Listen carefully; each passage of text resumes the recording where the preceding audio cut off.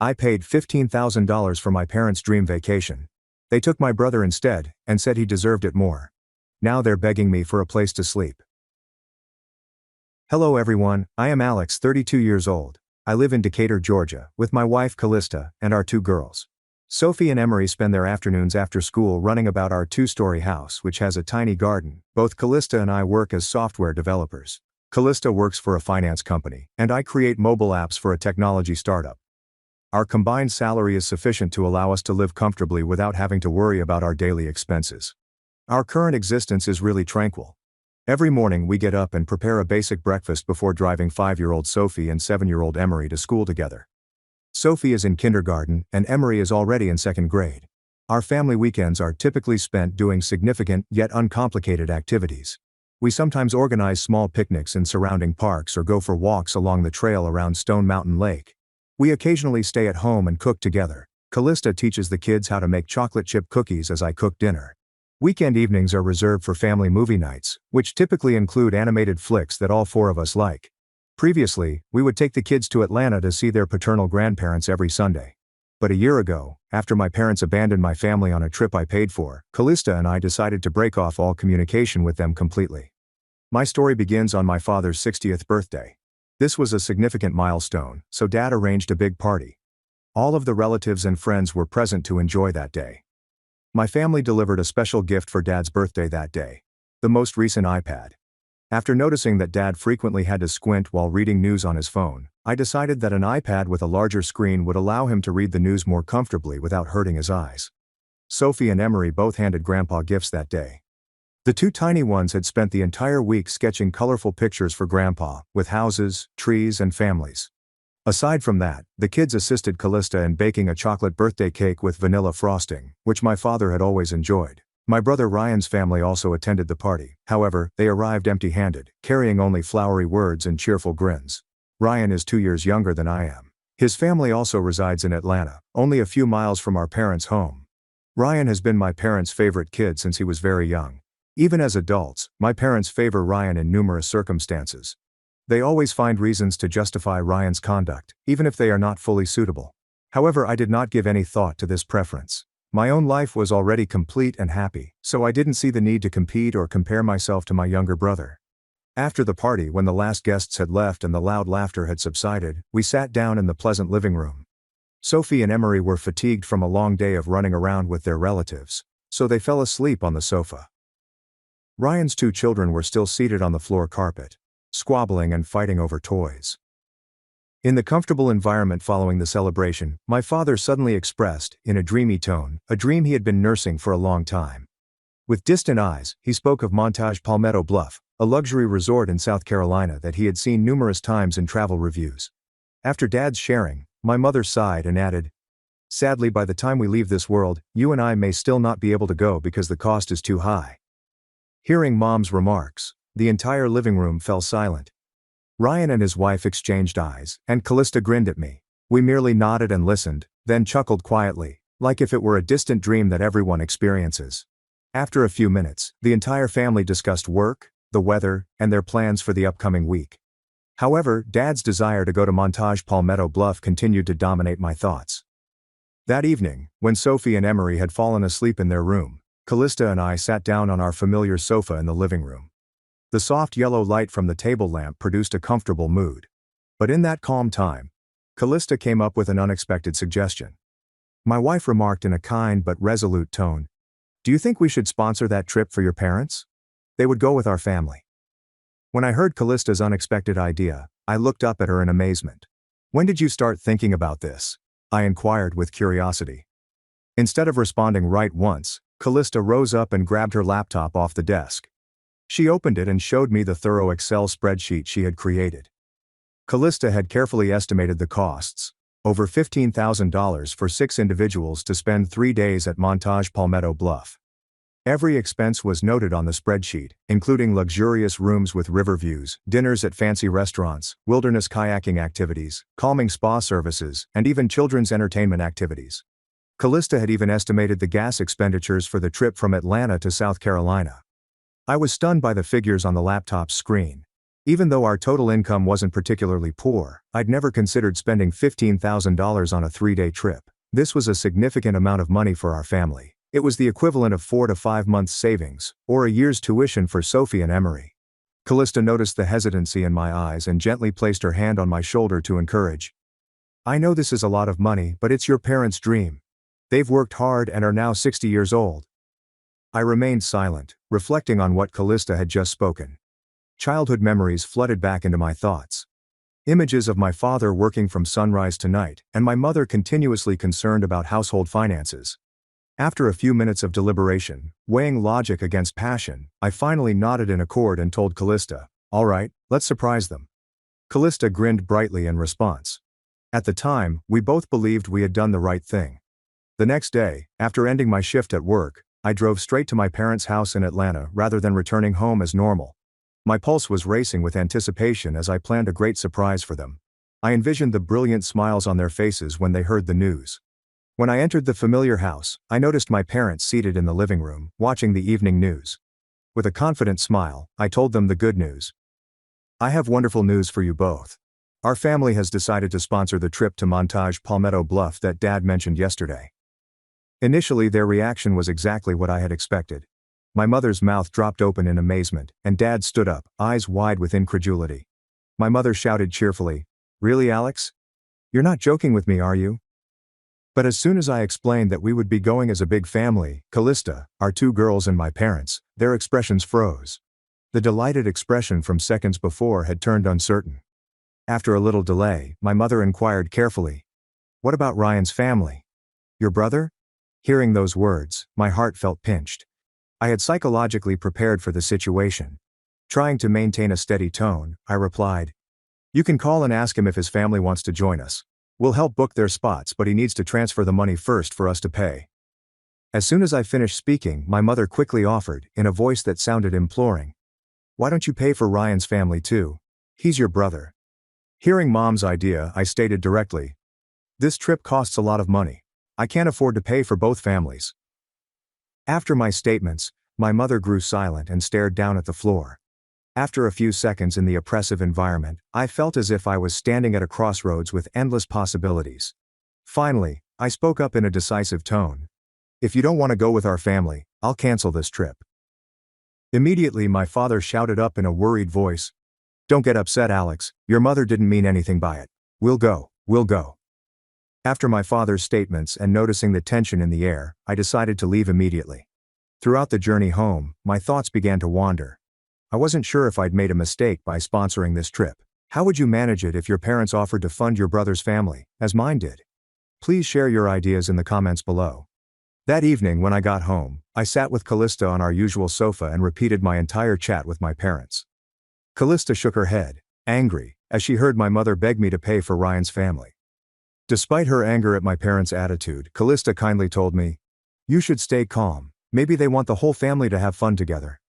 After a few more minutes of discussion, we decided to remain with our initial plan of sponsoring the vacation for my parents and our family, regardless of what had happened. The next morning, as I was getting ready for work and checking my emails, the phone rang unexpectedly. Looking at the screen and seeing Mom, I responded in a little annoyed tone from yesterday's talk. When I picked up, my mother sounded more upbeat and eager than normal. She said to me, "I have good news. I have a friend who works at Montage Palmetto Bluff. I can make the reservations for you." When I heard the suggestion, I paused and inquired, "Why don't you let me book it myself as originally planned?" Mom noticed the hesitancy in my words and explained with a compassionate tone, "With this connection, I guarantee we'll get the best rooms with the most beautiful views for the whole family. Besides, I know you and Callista are busy with 2 little ones to handle and stressful work. I want to help you handle these booking procedures so you don't have to worry about it." Hearing my mother's rational explanation warmed my heart since she was thoughtful. At that point, I had no reason to be skeptical. Having a friend in the travel industry was quite common, and having assistance booking accommodations would be useful. So I transferred the $15,000 and filled out personal information for my family members, Callista, Sophie, and Emery, so Mom could reserve the accommodation. Mom called back that afternoon to announce the results of the money transfer. She told me she was satisfied. "Everything is done. We'll depart on Thursday in 3 weeks." We opted to drive to Montage Palmetto Bluff in South Carolina, which was only approximately a 3-hour drive from Atlanta. This was also more convenient for the kids, as we could carry a lot of personal belongings without worrying about airline luggage. During the 3 weeks of preparation, the mood in our home became more vibrant than ever. Sophie and Emery talked about the vacation every evening with tremendous excitement. Every night, Sophie would rush to me and ask, "Daddy, what kind of fish are there? Can I go kayaking?" Meanwhile, Emery concentrated on preparing bags. She would regularly bring her favorite toys from her room and place them in a little pile next to the luggage. When Sophie observed Callista preparing things, she would respond, "Mommy, I need to bring this doll to play with Grandma and Grandpa." Callista constantly told the kids about the wonderful activities we planned to do together. She mentioned kayaking expeditions into the wilderness, great dinners at posh restaurants, and, most importantly, the quality time the children would spend with their paternal grandparents. Every day I saw the excitement and joy in Sophie and Emery's eyes, and my heart swelled with happiness. I knew the decision to spend $15,000 on this vacation was correct. Seeing the kids happy made me feel like every sacrifice was worthwhile. I started looking forward to this trip. After months of rigorous work, this would be an excellent moment for the family to unwind and reconnect. However, I had no clue at the time that in just a few more days, my family would take me on a journey I would remember for the rest of my life. Not for the wonderful memories, but for the worst anguish and betrayal I had ever encountered. 3 weeks later, on Thursday morning about 10 a.m., we arrived at my parents' house in Atlanta, full of excitement. Sophie and Emery sat in the back seat, continuously talking about the amazing things they would do. However, as we reached in front of my parents' house, the scene before my eyes perplexed me. The gate was carefully closed, and their beloved Toyota Camry remained in the garage. I honked the horn many times before exiting the car and ringing the doorbell. There was no answer from within the quiet house. At that point, I took out my phone and dialed my parents' number, but the phone continued to ring without being answered. I called 3 times in a row and still received no response. When Callista noticed my confusion, she looked out the window and worriedly inquired, "Where did they go?" I shook my head and responded, "They're probably out buying more stuff for the long journey. They might have forgotten to bring their phone or put it on silent mode." We chose to wait in the car. Minute by minute, the restlessness in my heart increased. After several calls, my mother eventually answered the phone around 11 a.m. With anxiety I said, "Where are you? We've already arrived at the house." After my question, my mother responded briefly, "I'm out with Ryan." Hearing this unexpected response left me perplexed. I tried to calm my voice and said again, "Why are you out with Ryan? What about our trip?" Instead of responding, my mother abruptly hung up. At that point, my heart appeared to cease pounding, and a sense of unease rose in my chest. About 30 seconds later, while I was still processing what my mother had said, my phone suddenly buzzed, indicating a new message. My mother had texted me, saying, "Your brother's family will be taking your family's place. They're more entertaining." After reading these lines, my palms twitched uncontrollably. I read and reread the message several times, unable to believe it was true. They had abandoned us. The folks who had paid the whole $15,000 for the trip they were now enjoying. I turned and handed my phone to Callista to show her the message, feeling as if I wanted someone to see it to ensure I wasn't dreaming. Callista covered her mouth with her hand, terrified, and mumbled, "They can't do this." Her eyes were filled with sympathy, unable to believe what she had just witnessed. In my wrath, the first thought that came to mind was to drive straight to Montage Palmetto Bluff and confront them, demanding justice. I wanted to confront them directly and ask why they could persecute us. But just as I was going to start the car, Callista hastily placed her hand on mine and said, "Don't do that. The money has already been transferred to them, and your parents, not us, made the reservation." Hearing my wife's suggestion, I knew we had no legal right to take this trip. At that point, my body went rigid while my mind struggled to comprehend what had just occurred. The world around me seemed to come to a halt in that instant, leaving only the sound of my heavy breathing and Callista's concerned expression. After about 5 minutes of cooling down, I returned my attention to Sophie and Emery in the back seat. The 2 tiny ones were still excitedly waiting, continuously asking when we were leaving. Sophie grabbed her favorite doll closely, and Emery had a nature picture book to read on the drive. When I saw my children's innocent eyes, my heart felt constricted. I couldn't allow my parents' betrayal to ruin the 3-week vacation the kids had been looking forward to. I attempted to remain calm and consider other choices while suppressing my growing rage. We sought a destination to go today that would make the kids happy, while also providing my family with a memorable vacation. Callista and I took out our phones and quickly looked up resorts around Atlanta. Time was not on our side. It was nearly lunchtime, and most nice resorts were completely booked for the weekend. I began to worry after contacting the first 3 resorts and receiving fully booked responses. Fortunately, when I called Barnsley Resort in Adairsville, Georgia, the hotel receptionist told me they still had a 4-person family suite. Without hesitation, I quickly made a reservation and paid in advance over the phone. The accommodation was not cheap, but in this case, all I wanted was for the kids to have a good time on vacation. After finishing the booking formalities, I returned to the car's back seat and told my 2 kids in the gentlest manner imaginable, "Grandma and Grandpa have an emergency, so they won't be joining us, but we'll still have a wonderful trip."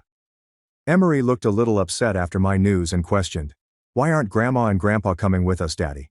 I smiled at Emery's slightly sad expression and responded, "Sometimes adults have important things to take care of, but that means we'll have more time to have fun together." After that, my family drove away from Atlanta to Barnsley Resort in Adairsville, Georgia.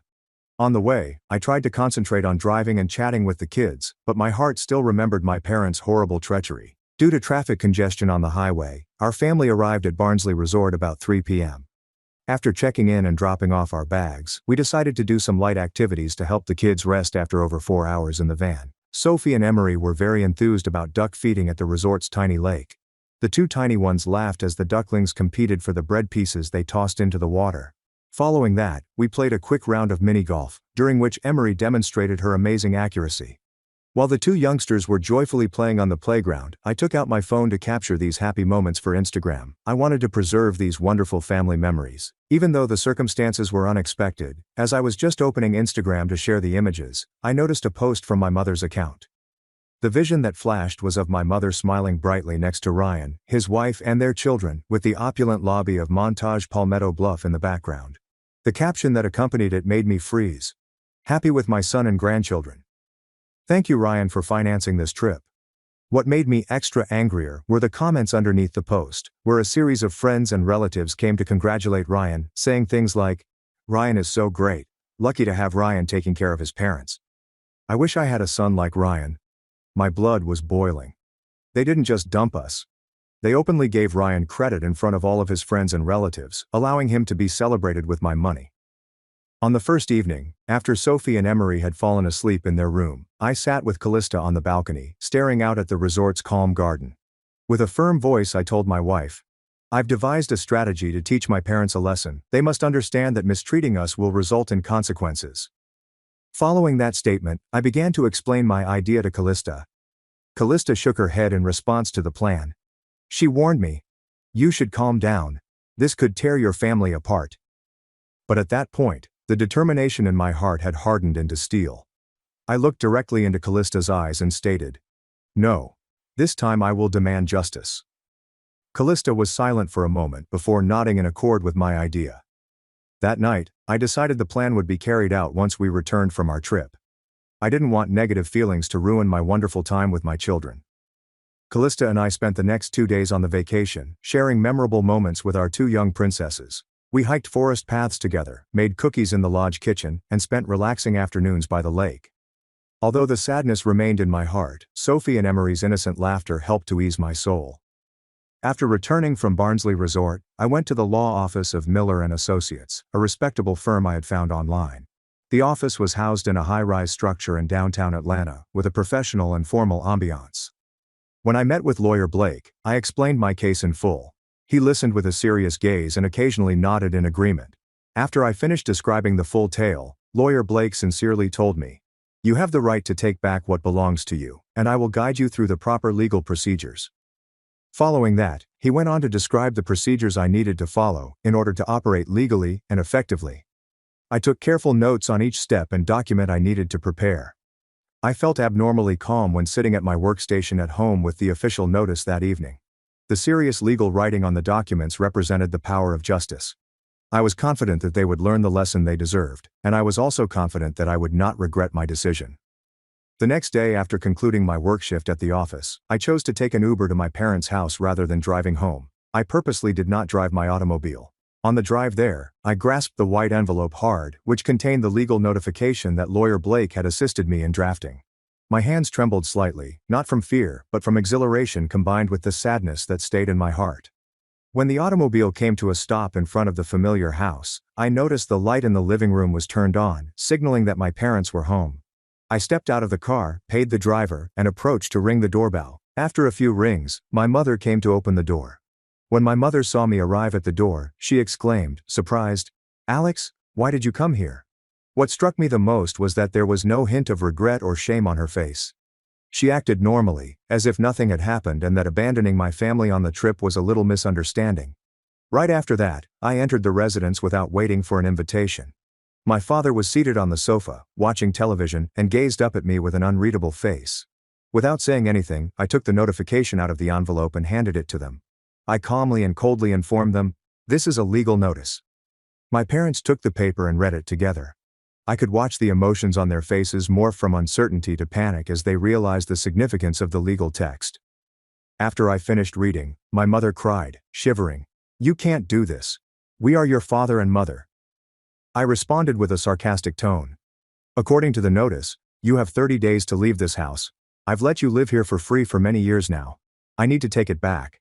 I'm asking you to leave as stated in the notice." After my frigid comments, my mother burst into tears. She wailed, pleading, "You can't be heartless enough to kick your parents out. Where would we live? We're old now. We don't have the strength to find a place." At that moment I witnessed my mother's tears, and my heart felt constricted. But then I remembered the photograph on social media and the sense of betrayal when I read my mother's letter. I stopped for a few seconds, then took out my phone, accessed the app, and found the photo my mother had posted 4 days before. I placed the phone screen up to my mom's face and asked, "Didn't Ryan sponsor the trip? You can go live with him." After seeing the photo, my mother became silent and couldn't say anything. She realized her deception had been exposed. Not stopping there, I went to the location where the keys to the Camry were stored, the silver automobile I had purchased and allowed them to use for years. I took up the key ring and told them, "I'm taking back the car starting today." Hearing this statement, my father yelled out in terror, "Just because of a trip you're treating us like this?" My mother followed up with an angry voice, "We're family. You're so selfish." Hearing their claims, my wrath rose up. I said firmly, "No family takes money from their older son to sponsor the younger one's trip." I turned around and left the home with the Camry without saying anything else since I didn't want to dispute anymore. To better grasp the scenario, I need to tell you about the house they were living in. I own the entire house. I purchased it 3 years ago with funds from Callista and my software engineering gigs. When I saw my parents having to rent a little apartment at a rather high price, I felt awful for them. I didn't want to see my elderly parents living in a rental home and struggling financially. I decided to let them stay in this house, absolutely free of charge. For the past 3 years, I have not taken a single dime from them. This is a 2016 Toyota Camry that I drove before having my family. After purchasing a 7-seat SUV in 2022 to meet the needs of picking up and dropping off my children, I allowed them to use the Camry for daily transportation. But now, when they no longer recognized me as their son and could betray me without hesitation, I'd take back what was mine. Ryan contacted me that evening, just as I had arrived home. As soon as I answered the phone, Ryan's rage-filled voice burst out. "What are you doing? Why are you kicking Mom and Dad out of the house? You're so cruel." Hearing his charges, I felt a rush of rage rise in my heart. I held the phone so hard that my knuckles became white. Ryan shouted without waiting for my response. "Mom has been crying for hours. They said you're demanding they leave the house in 30 days. You can't do that." Hearing that, I became annoyed. I said with a decisive tone, "If Mom and Dad and you pay back the $15,000 for the trip and agree to pay rent for the house at $1,500 per month, the current market rate, then I'll reconsider." Ryan was completely silent when he heard the figure of $15,000. I could sense his perplexity. After a long silence, Ryan quickly responded fiercely, "Mom and Dad invited me to go. I didn't know about that." Ryan hung up after this sentence, leaving behind a long beep in my ear. That evening I also started receiving calls from relatives and acquaintances of my parents. Uncle Frank was the first caller. Uncle angrily stated, "Alex, how could you treat your parents like that? They raised you." Aunt Diane was next. Unlike Uncle Frank, Aunt Diane did not condemn but instead questioned with a sympathetic voice, Alex, I heard you have problems with your parents. What happened? I told Aunt Diane the entire tale, from donating $15,000 for the trip to my parents abandoning my family to accompany Ryan. Aunt Diane offered a helpful response after hearing. I support you, you did the right thing, no one has the right to treat you like that, not even your parents.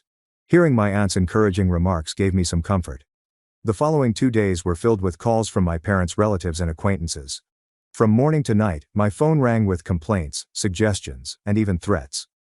Each such call made me feel as if I were being accused. I grew tired of continually explaining and defending my conduct. I was so bored of this scenario, so I called Aunt Diane and asked her to hold a family gathering.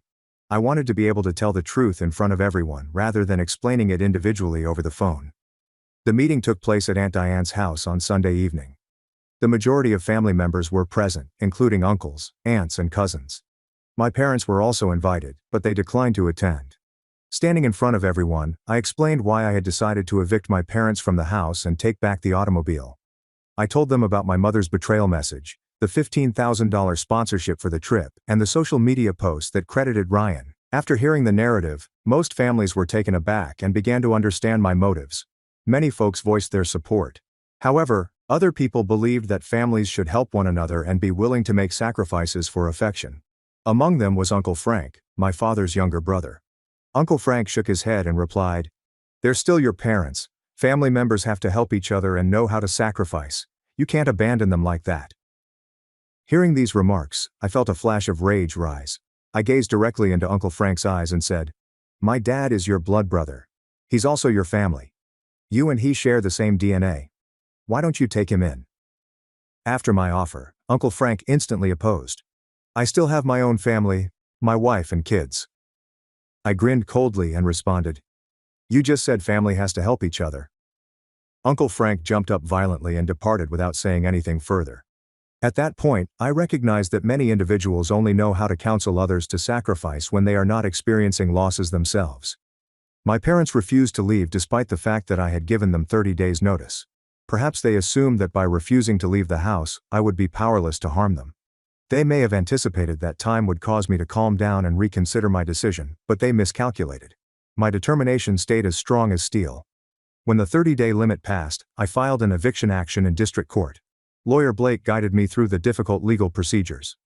3 days after I filed the complaint, an official summons was delivered to my parents' residence. They had to appear in court on the designated day to explain why they didn't comply with the notice to leave the house. That evening, I received an SMS from my father with the following content. "Do you dare to take us to court? We are not going anywhere." Reading Dad's text, I got the impression that they still didn't comprehend how serious the situation was. They might believe this was all a game, a means for me to intimidate them. However, the law is not a game. A week later, on the trial day, I stood in court with all of the papers establishing my ownership of the house and evidence that my parents had been informed to leave. Callista also joined me as a witness. However, my parents neglected to attend court. The defendant's seats remained vacant throughout the hearing. The judge, a middle-aged lady with a serious expression, studied the records and declared, based on the facts presented and the defendant's refusal to attend to defend themselves, the court decides to rule in favor of the plaintiff. After hearing the judge's judgment, I felt both relieved and sad. Although I won the lawsuit, it was not the win I desired. After receiving the court's writ of possession, a formal instrument that allowed me to retake the title of the residence, I turned it over to the county police for enforcement. 2 days later, I received a call from the police, alerting me that they would begin enforcement the following morning. I chose not to attend the scene since I did not want to see the terrible moment. According to the police report, my parents were forcibly removed from the house in front of law enforcement officers. They were allowed to take their personal stuff and were given enough time to arrange them. The most startling thing I learned from Aunt Diane after my parents were evicted was that Ryan had refused to let them stay with him. When my parents asked for help, Ryan argued that his house was too small and couldn't accommodate 2 additional people. Aunt Diane exclaimed angrily, "Your parents only asked to stay for a week to find a rental place." Ryan, however, continued to disagree. He stated that his wife was not comfortable with having outsiders in the house. After that, my parents grew enraged and severed relations with Ryan. They learned that the child they had always preferred, the person they had picked to replace my family on the trip, was eventually unwilling to assist them when necessary. At that point, I realized I had lost something valuable that could not be restored. But at the same time, I realized that the truth about human nature had been fully revealed. A year has gone since my parents were forcibly ejected from the house, and while there have been big changes, I can say that I have found serenity in my life again. My family is happy now. Sophie and Emery are used to not having stressful visits to their grandparents' residence. Instead, we use our weekends for more important family activities. Callista and I believe our marriage has strengthened since we no longer have to deal with pressures from extended family. My parents, according to Aunt Diane, are currently sleeping in my aunt's garage on a temporary basis. Aunt Diane has generously remodeled that space and provided them with a bed and other necessities. Although the conditions are not perfect, at least they have shelter. My parents visited our place about a week ago. They appeared Sunday afternoon when I was playing with the kids in the garden. Their look had changed dramatically from a year before. They were older, more haggard, and appeared to have been through some unpleasant months. My mother stepped forward with begging eyes when she spotted me and said, "Alex, we came here hoping you'd let bygones be bygones and give us a chance." At that point, I stood motionless, not responding instantly. My heart was still filled with terrible emotions from the trip a year earlier. Finally, I shook my head and replied, "I can't." My mother's dismay was palpable when she heard this answer. She spoke tremblingly. "I miss the son you used to be." Following my mother's comments, I grinned coldly and responded, "That is gone." The comment ripped through the air like a knife, leaving my parents speechless. I noticed tears rise up in my mother's eyes, while Dad dropped his head, refusing to look at me. My heart sank when I noticed their haggard appearance, considerably grayer hair, gaunt cheeks, and ancient clothes. Despite the anguish I'd been through, they were still the parents who gave birth to and reared me. Now I'm faced with a difficult decision. Part of me is still furious and saddened over what occurred. However, another part of me feels sorrow for them in their current situation. So what do you think? Should I give them a chance? Please share your opinions in the comments area below this story. If this tale moves you, remember to subscribe to the channel, like it, and share it. Thank you for following this story. Goodbye, and we'll see you again. Told my parents I'm done after years of being overlooked. A month later, they saw my name on a plaque and it left them speechless.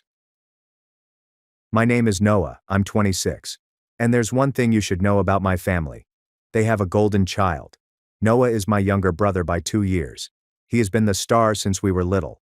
He got the better room, a larger slice of cake and greater applause. I used to tell myself I was only imagining it. Maybe I was overly sensitive. Perhaps I read too much into things. However, as we grew older, it became more difficult to ignore, particularly when it came to cars.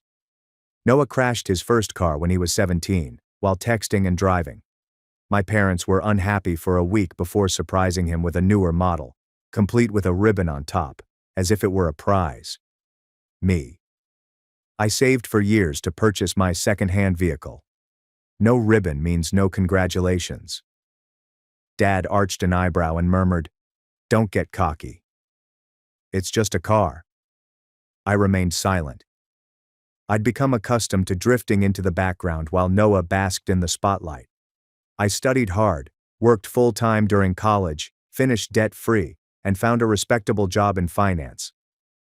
Meanwhile, Noah shifted his focus from one passion to another, including DJing, e-commerce, and cryptocurrency trading, all of which were supported by our parents. He termed it finding himself. I called it freeloading, but I remained silent. I felt if I kept doing my own thing, they'd ultimately recognize me for who I truly was.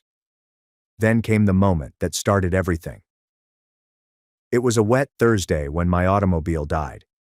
I was driving home from work, the same route I'd taken 100 times before, when the engine sputtered and died right in the midst of the highway off-ramp. They towed it to the shop. The mechanic took one glance and informed me it wasn't worth repairing. Transmission was shot, and a few other items were on their final legs as well. I still recall standing in the garage, hearing the estimate, doing the math in my head, and realizing that I couldn't afford a new car right soon unless I spent every penny I had. That night I phoned my folks. Not to beg or anything, just to talk, to tell them what happened, and perhaps to see if they'd offer a modest loan to help me out temporarily. I wasn't expecting much, but I certainly didn't expect what I received. Dad sighed as I brought up the automobile. "Noah," Dad replied, as if I were a child who had broken a vase. "You're an adult now. You make your own money. Figure it out." Mom added in with her usual soothing, enabling tone. "We've done enough for you, sweetie. Maybe try budgeting better." I was struck into silence. How can you improve your budget? I hadn't gone on vacation in 3 years. I lived in a small one-bedroom apartment and brought lunch to work every day. Meanwhile, Noah was on his third sabbatical of the year, tweeting selfies from Miami with captions like, "Grind never stops." Nonetheless, I said nothing. I simply thanked them, hung up, and stared at the wall for a bit. That night I rode the bus home in silence, trying not to let the storm of resentment in my chest consume me. The next day, I got myself together. I rented a cheap automobile for the short term, began exploring side hustles, and took on some freelance work after hours. It was exhausting. I didn't sleep much for weeks. But gradually, things began to shift. One of my freelance assignments led me to a financial business. I began assisting them with data analysis, then system optimization. They were more impressed than I'd ever heard my folks were. They offered me a full-time remote position with stock options and a substantial signing bonus. I said yes before they had finished speaking. From then, everything went quickly. The company took off. Our platform gained significant traction, and by the end of the second quarter, my shares were worth more than my parents had ever spent on Noah's businesses. I did not flaunt it. I still lived simply. I still ate the remainder. I still wore the same old watch. But I knew. And it felt great. 3 months after the night my automobile died, I purchased a new one. Not just any car, but a fully outfitted electric SUV with unique trim and features Noah likely had no idea existed. I did not make a post about it. Did not raise a fuss. I drove it over to my parents' house on a calm Sunday afternoon. I drove into the driveway as I had done 100 times before. However, this time the engine did not splutter or whine. It purred sleekly, quietly, and beautifully. When I stepped out, I believe my mother gasped. Dad approached the porch with an expression I couldn't decipher. And Noah virtually ran out of the garage, eyes fixed on the car like it was a spaceship. "Whose is that?" he inquired, wide-eyed. "Mine," I murmured, flinging the keys in my hand as if they were nothing. He whistled lowly. "Dang, man. That's sick. You think you could hook me up with one too?" I looked at him. I just giggled as I glanced at his fancy hoodie and the new sneakers he had bought with Dad's credit card last month. "Figure it out," I said. The words landed harder than I expected. He blinked. My father's countenance darkened and Mom tried to grin as if nothing was wrong, as if the tension was as thin as wet pavement. But I didn't stick there. I just gave them a nod and strolled into the home, as if nothing had happened. But everything had. And that's when things really started to unravel. Because they understood how well I'd done for myself. And the mask began to fall. The questioning did not take long to start. That night, Mom sent me an SMS. "We didn't know you had a new job. Why haven't you told us, sweetheart?" I disregarded it not to be impolite, but because I wanted space. I'd spent years attempting to win their respect, curiosity, and fundamental decency. And now that I was finally doing well, it seemed like bait. As soon as I responded, they would relegate me to the role of the dependable older son, the one who had to understand, forgive, and provide. A day later, Dad called. Go straight to voicemail. By midweek, I had received a message from Noah. "Bro, please let me know if you have any connections in your job. I am considering a career change into IT, hey. I almost laughed aloud. Noah, the person who criticized me for being a desk jockey, wanted in. I didn't respond. Not yet. Instead, I continued working. The startup was expanding quickly. Our product had gone viral in some financial circles. And now we're getting partnership offers from firms I used to fantasize about working with. I'd never experienced this level of momentum before. Nevertheless, with each victory, the weight of the past attempted to claw its way back. It's difficult to describe. Even after establishing myself, I could still hear my father's voice in my thoughts saying, "Don't get cocky." My parents asked me to supper approximately 2 weeks after the automobile was displayed. It's just me, not Noah. That was a red flag in itself. I considered saying no, but curiosity got the better of me. I drove up on a Saturday evening and parked the SUV slightly crooked, taking up more space than was necessary. Yes, it was a petty action, but I had earned it. Inside, everything was lovely. The table was set with Mom's fine china, which she only used on special occasions. There were even candles. It was the type of effort they generally saved for Noah's birthday. "We're so proud of you," Mom told me the moment I sat down. Dad cleared his throat and commented, "It's impressive, Noah." "Very impressive." I nodded slowly and waited for the catch. It arrived before dessert. "So," Dad began, chopping into his roast chicken, "your brother's been struggling a bit. You know how it is. The economy's tough. He had to sell his gaming setup." I remained mute. "He's thinking about starting a small project," Mom said. "Something tech-related. And we thought, well, maybe you two could team up." I set down my fork. "Team up?" I inquired. "It's just you've got the know-how, the experience. He's got ideas." I couldn't help it. I laughed. Not a loud, mocking laugh, but rather a gentle, skeptical one. "He's got ideas. He couldn't even finish a coding boot camp without rage quitting because they made him debug his own work." Mom's smile twitched. "Noah, you're serious about this?" I asked, leaning back. "You really think I should hand him a lifeline after all these years of watching you hand him everything while I was told to figure it out on my own?" Dad's expression tightened. "That's not fair." "Isn't it?" I asked, my voice rising. "When his car got totaled, he got a new one in a week. When mine died, I got a lecture. When he dropped out of college, you supported his creative path. When I got promoted, silence." Mom stared down at her lap and, for once, did not speak. I stood. "You don't get to decide. Now that I'm useful, I should share everything I worked for. You made it clear I was on my own. I just took you at your word." Dad opened his lips to say something, but I had already started toward the door. "Noah, wait!" Mom called after me, but I didn't pause. I got into my car and sat there for a minute, breathing and letting the heat wash over me. Then my phone vibrated. Another message from Noah. "Dad claimed you were overly theatrical. Just help out, man. It's not a huge deal." I stared at it. Then I typed a single word and pushed send. No. This should have been the end of it. But Noah disliked being told no, especially because he was used to the entire world bending around him. So what did he do next? That's when things became pretty ugly. After a few days of stillness, I believed they'd received the message. Perhaps I might finally have some space, serenity, and a limit. But no. Noah wasn't wired that way. Neither, evidently, were my parents. It all started with tiny things. Mutual friends texted me to ask why Noah was unhappy or why I was so cold. One even said, "He told me you promised to help him launch a startup and then bailed at the last minute.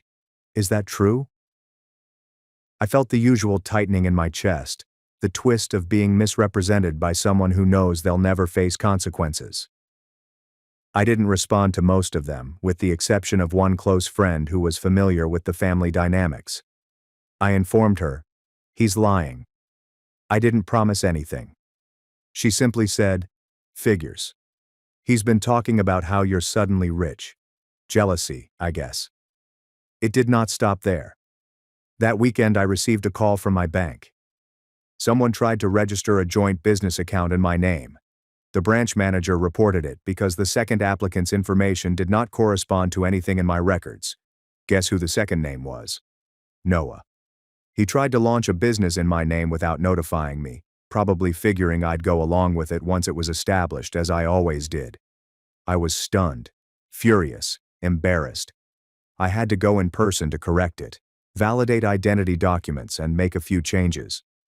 They couldn't accuse him since he hadn't finished the process, but the intention was clear. He was once again attempting to use my name and work to obtain an advantage. That night I approached him. I texted him first. "Meet me outside the house, not inside. I want this private." He responded with a thumbs-up emoji. We met on the curb shortly after sunset. I parked across the street and remained standing, arms folded. He walked out in flip-flops with a smug look as if this were a small mistake. "What's up?" he inquired, appearing innocent. "You really tried to open a business under my name?" I asked quietly. He blinked. "What?" "Dude, no. Just thought we could get things started and figure out the details later. You're overreacting." I stared at him. "That's fraud, Noah." "Oh, come on. It's not like I was going to steal from you or anything." He laughed, waving it off as if it were nothing. "I just thought you'd be cool with it." "You never asked," I replied. "You assumed. Because that's what you've always done. You assume the world's going to hand you a ladder even when you're standing on someone else's back." The smile faded from his lips. "You think just 'cause you made some money, you're better than everyone now," he said with anger. "No," I replied, dead calm. "I think I worked hard, and you didn't." "That's the difference," he scoffed. "You know what Mom and Dad said? They said you've changed. That the money's gone to your head." I clenched my jaw. "No, Noah. What's changed is that I stopped letting you all walk over me." He was quiet for a second before saying something that caused me to take a step back. Not in fear, but in disbelief. "Fine," he replied coldly. "You want to play the lone wolf now? Don't come crying when things crash down. You think people like you keep success forever? Wait till that startup fails and you're back to eating ramen." At the time, I had no idea that something had hardened me. Nor rage, nor grief, just assurance that this was not a misunderstanding or sibling rivalry. This was pure entitlement. I didn't respond to him. I just turned around and went back into my car. 2 days later, I received another call, this time from my father. I let it go to voicemail. I was not prepared to hear the lecture or the guilt trip. But when I finally listened the message later that night, my heart dropped. His voice was clipped, angry, not disappointed, and enraged. "Noah, we need to talk. Your mother's upset.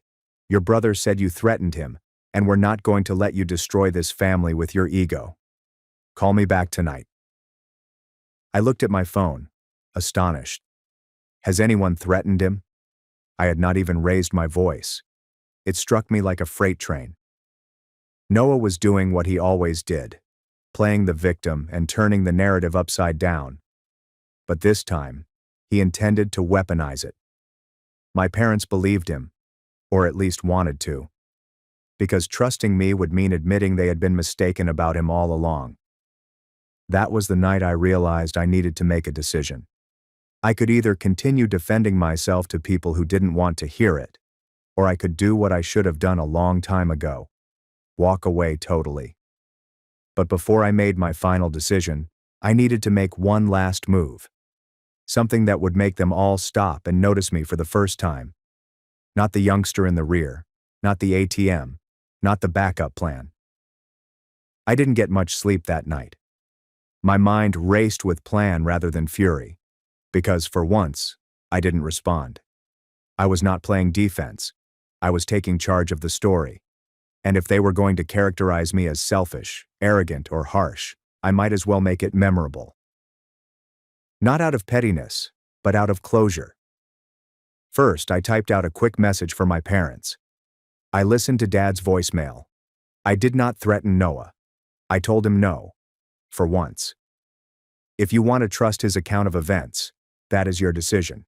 But I'm not going to keep justifying myself to individuals who never asked for my opinion to begin with. I am done.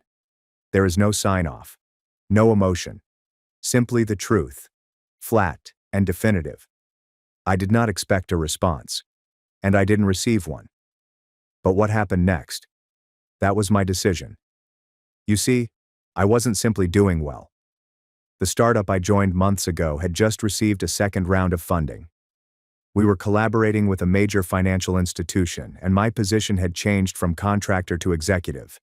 I led a product team. I had equity. I had access. I wasn't interested in flashy vengeance. I didn't want to share screenshots or air out dirty linen. That was not my style. But I wanted to deliver a message that could not be ignored, misconstrued, or laughed at. So, I did two things. First, I donated a large portion of my signing bonus, $15,000, to a scholarship fund at the university from where I graduated. I requested that it be named in honor of my grandfather, my father's father, the only person in our family who had ever trusted in me unconditionally. The press release cited me by name, Noah Reeve, lead product strategist at company name, and it appeared in a few business journals. Even made the local newspaper. I knew Mom would notice it. She subscribed to the Sunday edition.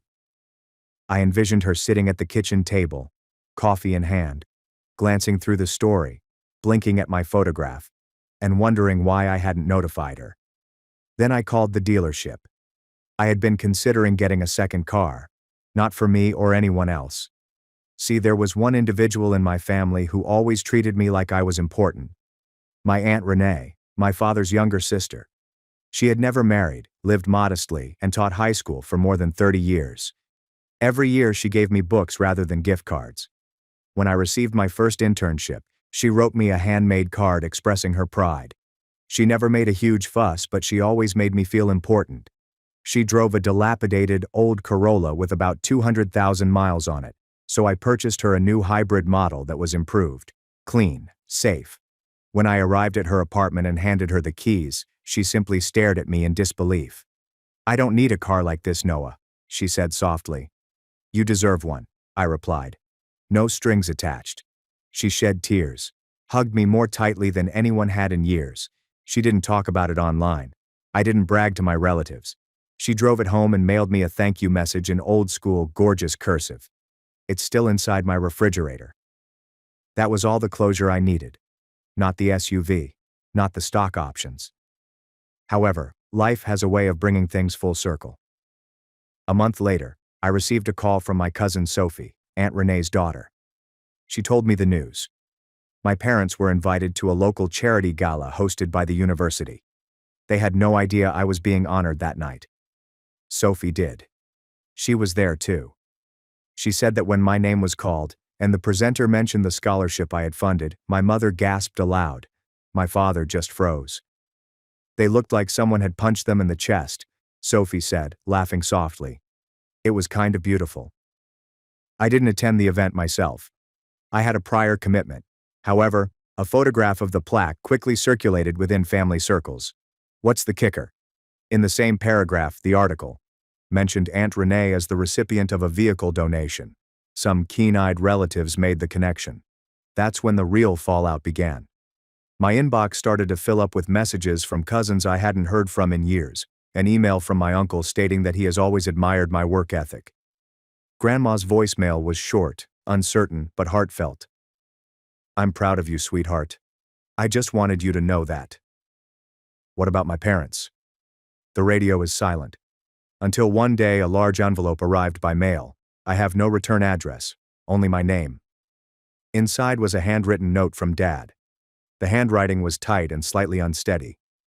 I unfurled it, my pulse thudding, unsure if I was prepared for whatever guilt trip or lecture he wanted to deliver. But it was not that. It began with, "I suppose it's easier to write things I could never say out loud."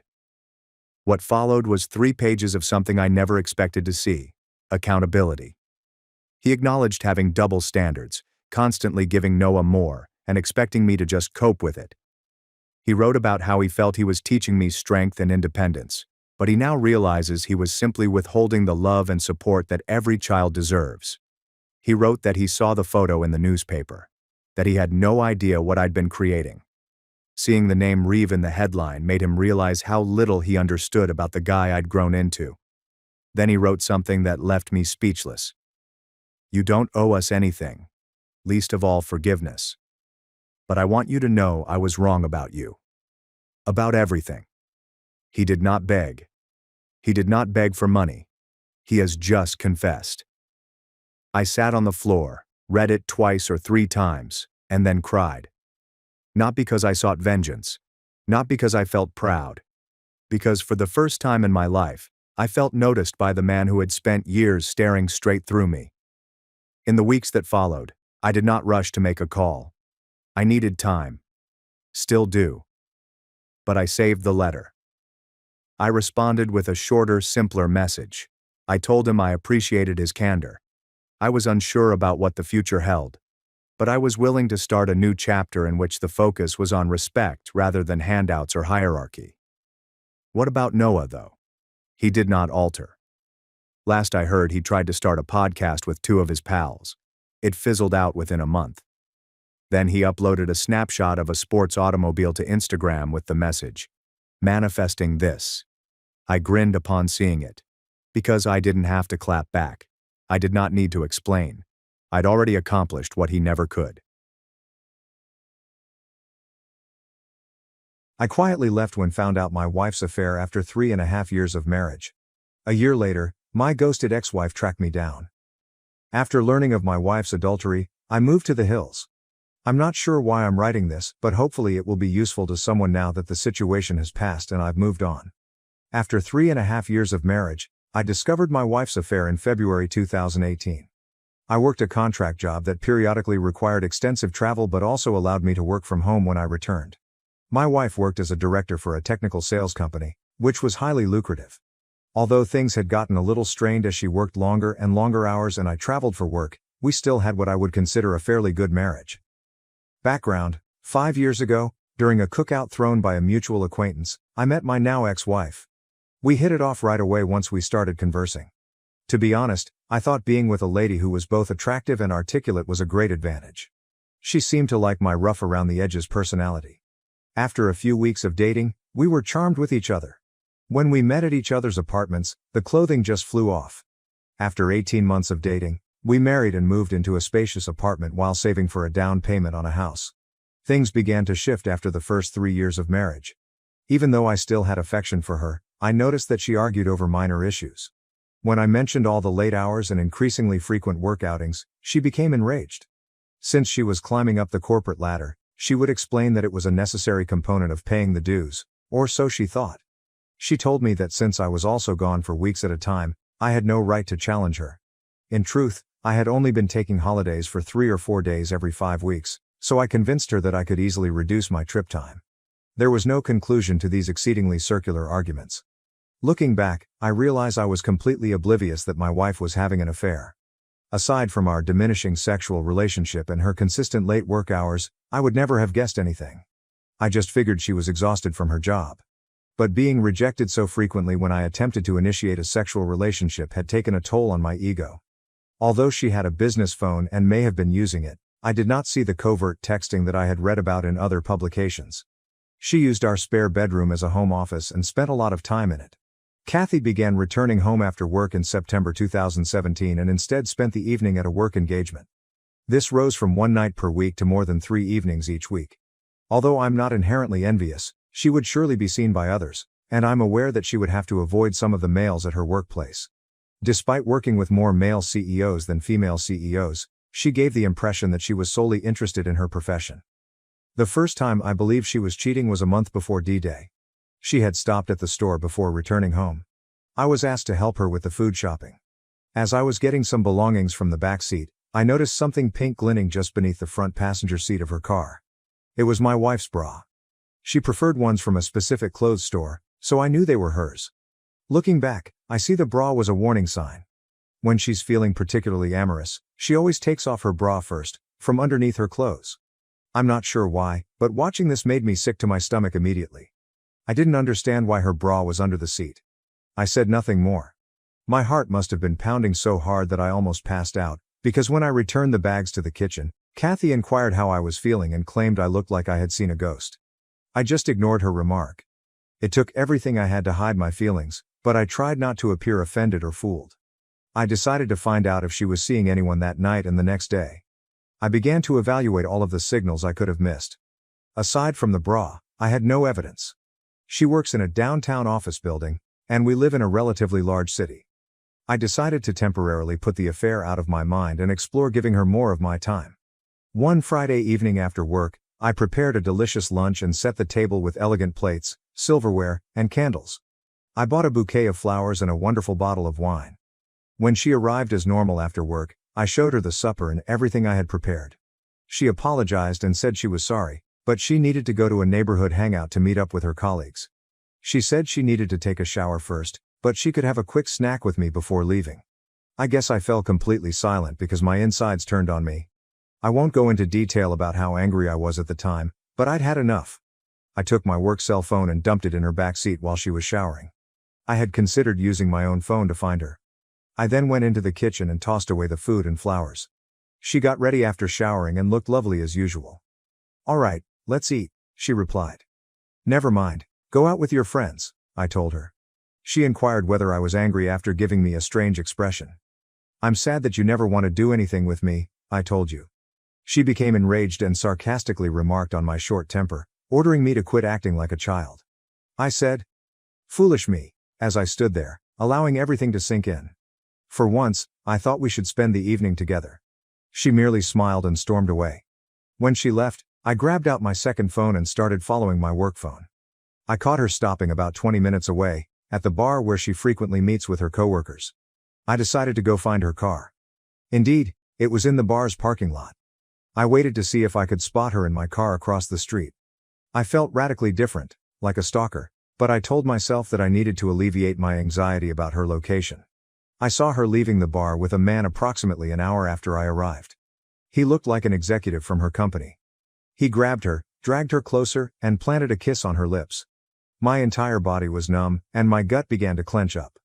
They went to a different vehicle and hopped into it together. When their car pulled away, I attempted to catch up with them. They drove to a hotel about 10 minutes away.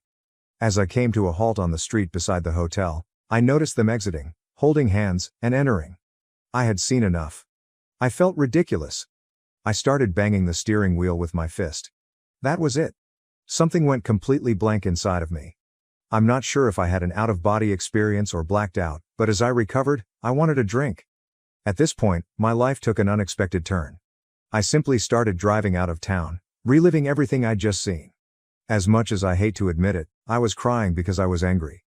I found a charming little tavern on the outskirts of town, perhaps 30 miles distant, and stopped in. I ordered a drink while sitting at the bar. The bartender, a lady, remarked I looked like someone had taken the wind out of my sails, thus I guess I looked like death had come early. I replied, half smiling. "You could say that?"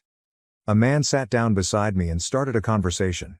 Even though I didn't feel like conversing, something about this guy made me feel comfortable. We had a talk, and my wife's adultery came up. I told her all I wanted was to be away from her and forget about her. "You are not alone, buddy," he said, giving me a back pat and a short gaze. "I went through that a few years ago. I believe there is a reason why these things occur.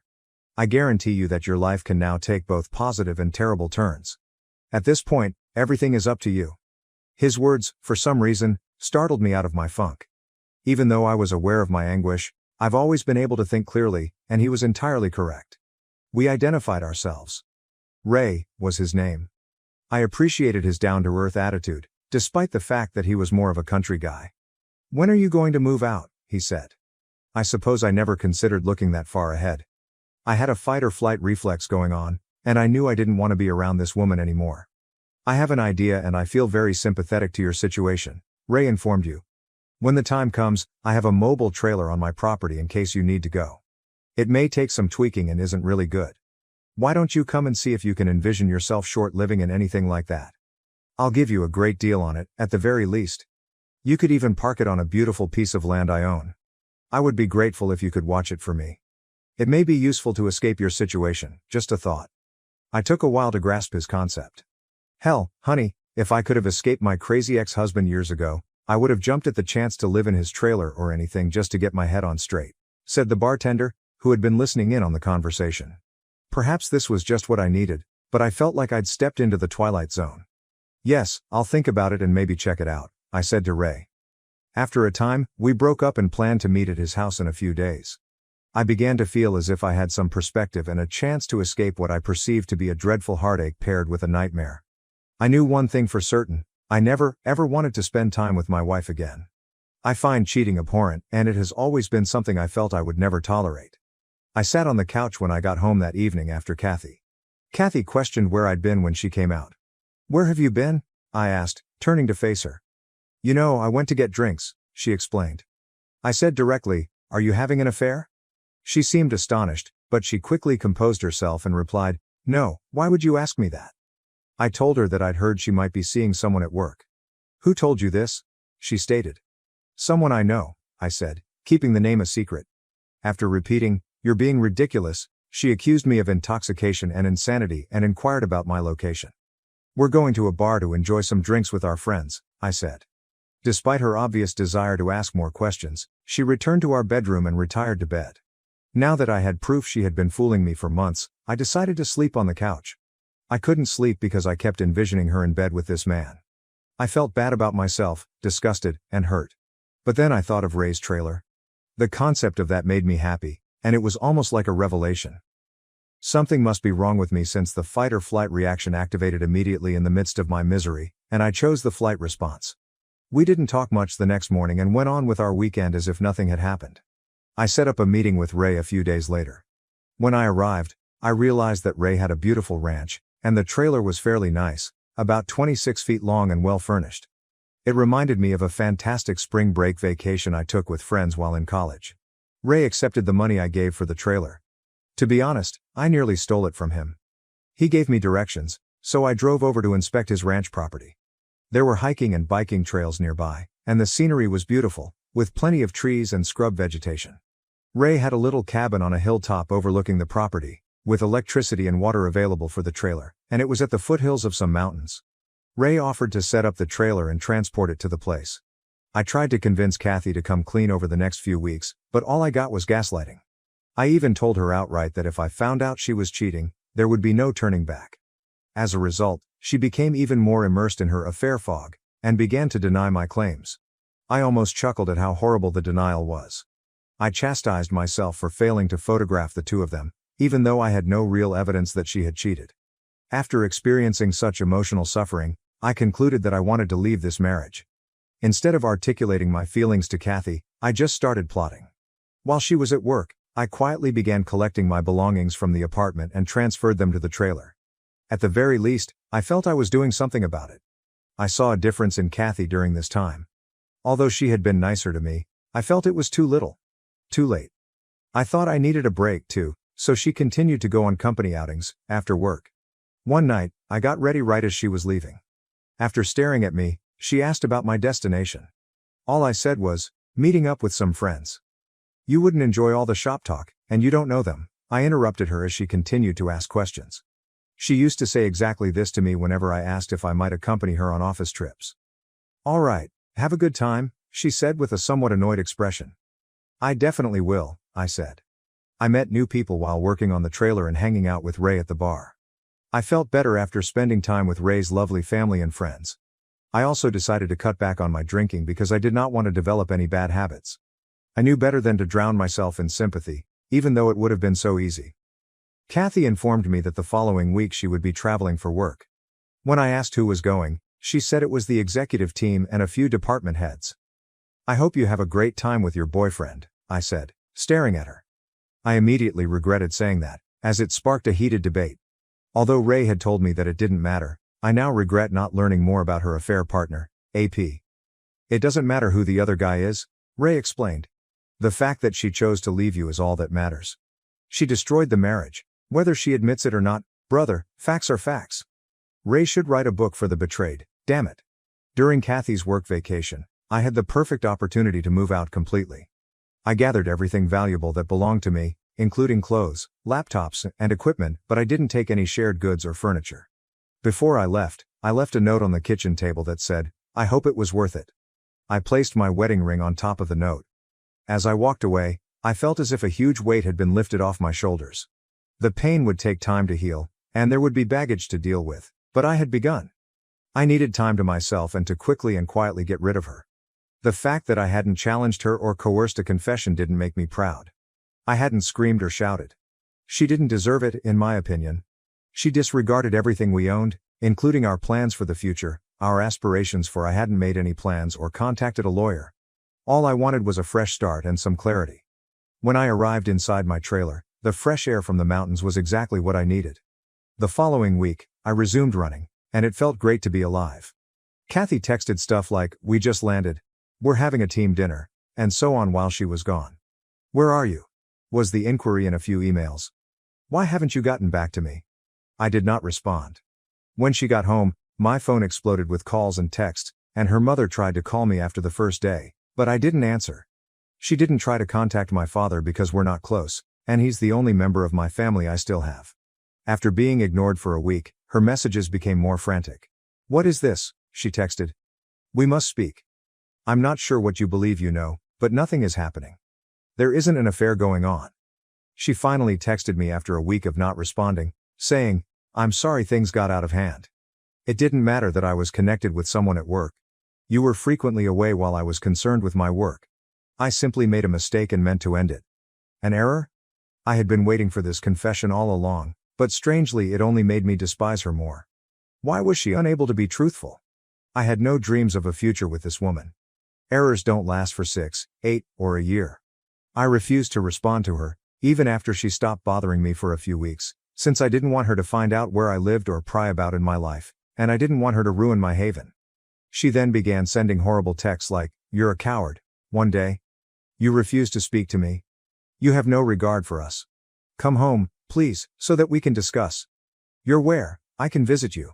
Paul, please let's talk and make things right." Damn it.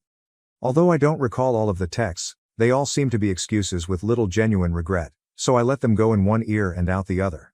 After a while, I changed my phone number. Update 1, Kathy sent me an email informing me that she had hired a lawyer and was going to file for divorce, and I just said, "Okay, that sounds good." This resulted in a barrage of emails requesting that I visit her and other things, and she wrote that she would stop bothering me if I agreed to an uncontested divorce after realizing that this would not work.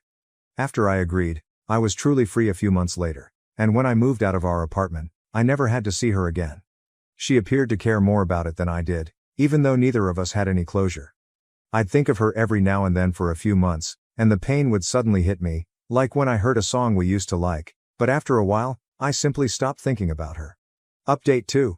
Despite being a few years younger than me, she is fantastic and quite adorable, and she refers to me as her mountain man, and adores my way of life. Things are going great now that I'm officially divorced. In fact, I met a wonderful girl while running on the trail just down the hill from my house. Although I'm not in a hurry to commit, I also don't want to give up on women completely. I have no plans to leave the trailer anytime soon. I enjoy living outside and have simplified my life, which has made everything simpler for me, including my grief and my ex-wife. I am aware that everyone reacts to these situations in a unique way. I was fortunate to be in my 3rd year of marriage and not yet a parent, and I believe I acted in my own best interests.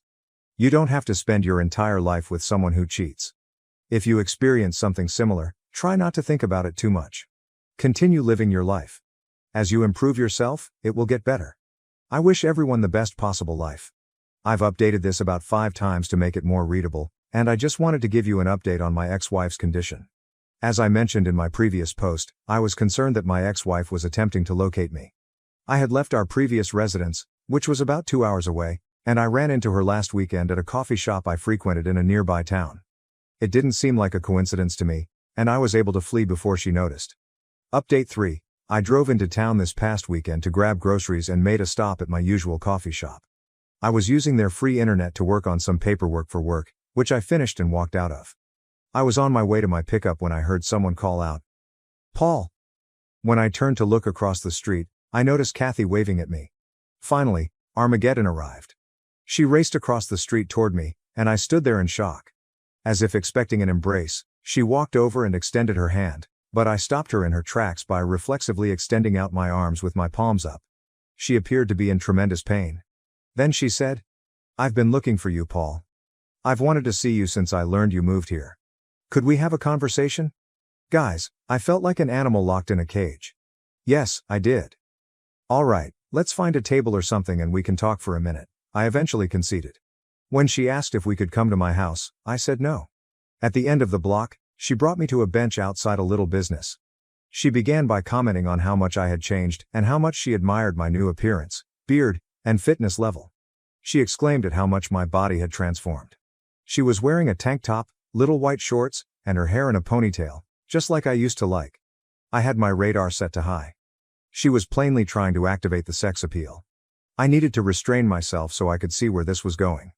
She started by claiming she was sorry for the affair. She said that after I left, karma had a significant impact on her.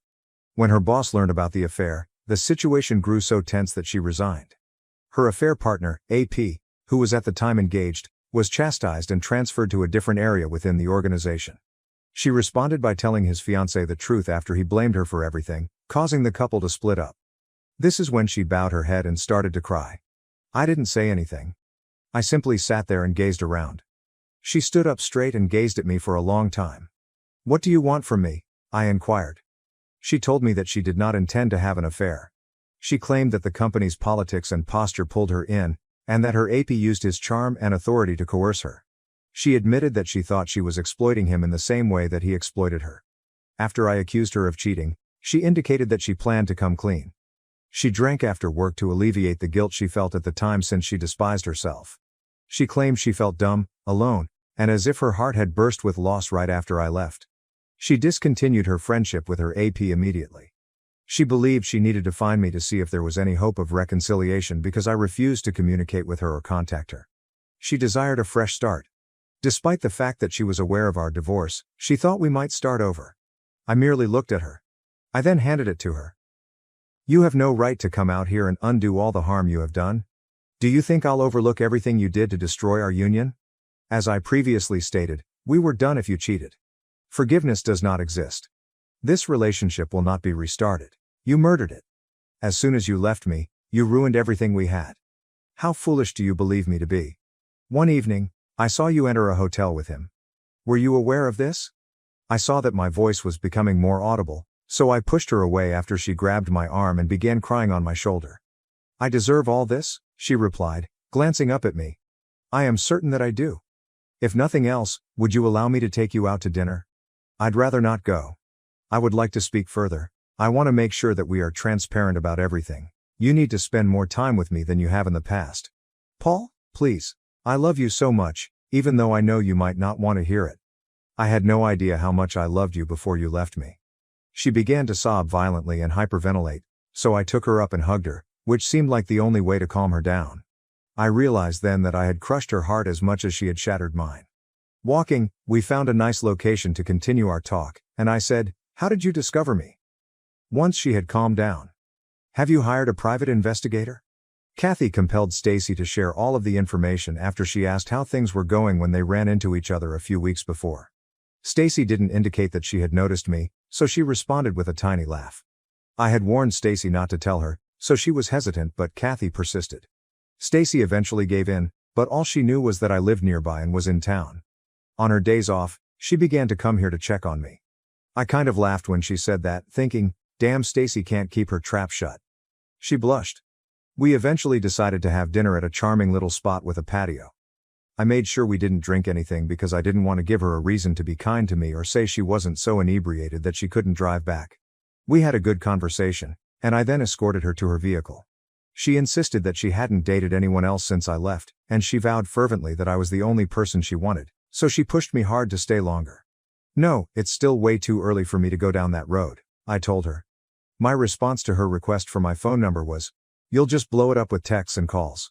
She wept over it, but in the end, she agreed with my decision and promised to send me an email with information on returning to town the following weekend before she left. I questioned her bluntly. "Would you have forgiven me if I had been the cheater?" Before she got in her automobile. "Yes, in time, but only if we saw a marriage counselor and worked through the healing process with lots of talking, maybe even a binding agreement," she said, pausing to think. "Okay, maybe I can accomplish that," I replied, "in 5 or 10 years. I would wait if that's what it would take," she said. She then took both of my hands in hers, looked me in the eye and added, "God damn it, Paul, I will always love you and will do anything to prove it." This comment threw me off guard. Even though I felt better about the situation, I couldn't see her as a friend at the time, and her words continued to irritate me even after she departed. I returned home, went for a long run, drank some beer, and reflected on how far I had come. Could someone please assure me that she would not destroy the peace I had created for myself? I had the luxury of time to sort through it and gain perspective, but it was all still too vivid in my mind. Last updated. Most likely, this will be my final update. When I first posted my tale on Reddit, the moderators kept taking it down. In summary, I ghosted my ex-wife for nearly a year before she discovered me. She wanted to make amends and restart our relationship. You will be very disappointed if you expected me to be the typical beta blue pill fool and forgive her. In a lengthy email she sent me last week, she conveyed her love and regret for the affair, and she offered to come out and stay with me for the weekend again. My response was to quiet her. I informed her that I had no plans to make amends with her. I'm very content living alone, taking advantage of my secluded situation, and keeping things simple. At 32, I'm not in a hurry to make changes. I have my own self-determination plan and have enjoyed the company of a few women and friends. I made it clear in my email response that I had no intention of reconciling and declined to provide her with my phone number. I no longer know or trust you because you made your bed. I wish you the best, and perhaps we will become friends in the future, but not right now. She was angered by my evasiveness and answered in a telling way, acknowledging that she had accepted a job offer from another state. Her genuine desire had been for me to accompany her, assuming that my remote work would make the move easier. She wished we could start over somewhere fresh. She wanted to come see me in person to try to persuade me because she was running out of time before moving. Fortunately for me, her time was up because I had a week of business travel planned. I am grateful. I will no longer have her in my life. She will quickly realize that her time with me is gone, but I expect to receive a few more emails. She will need to find someone else, and she may even cheat on them. To everybody reading this, make the most of your life, let go of the past, and find the strength to move forward. Best wishes to everyone. At Thanksgiving, my sister discovered I had $12 million, and my family insisted I give it to her, saying she deserved it more. Hello everyone, before we start today's video, I need your help. We've noticed that the channel is losing popularity, and subscribing is one of the most effective ways you can support us. It's quick, free, and allows us to keep bringing you great content. Your support means everything. Let's keep this channel developing together. Thank you very much. Now let us begin the video. Using a throwaway for obvious reasons, with certain details changed to maintain identity. So my name is Sarah, I'm 38, female, and I need to get this off my chest. Do you know those family dynamics in which one child does nothing wrong, and the other appears to be invisible? Yes, welcome to my life. Until I was 8, everything was typical. I was an only child, and while my parents were not very affectionate, they were present. Mom would help me with my studies, while Dad would occasionally take me fishing on Lake St. Clair. We weren't the Brady Bunch, but we were okay. Then came a night that changed everything.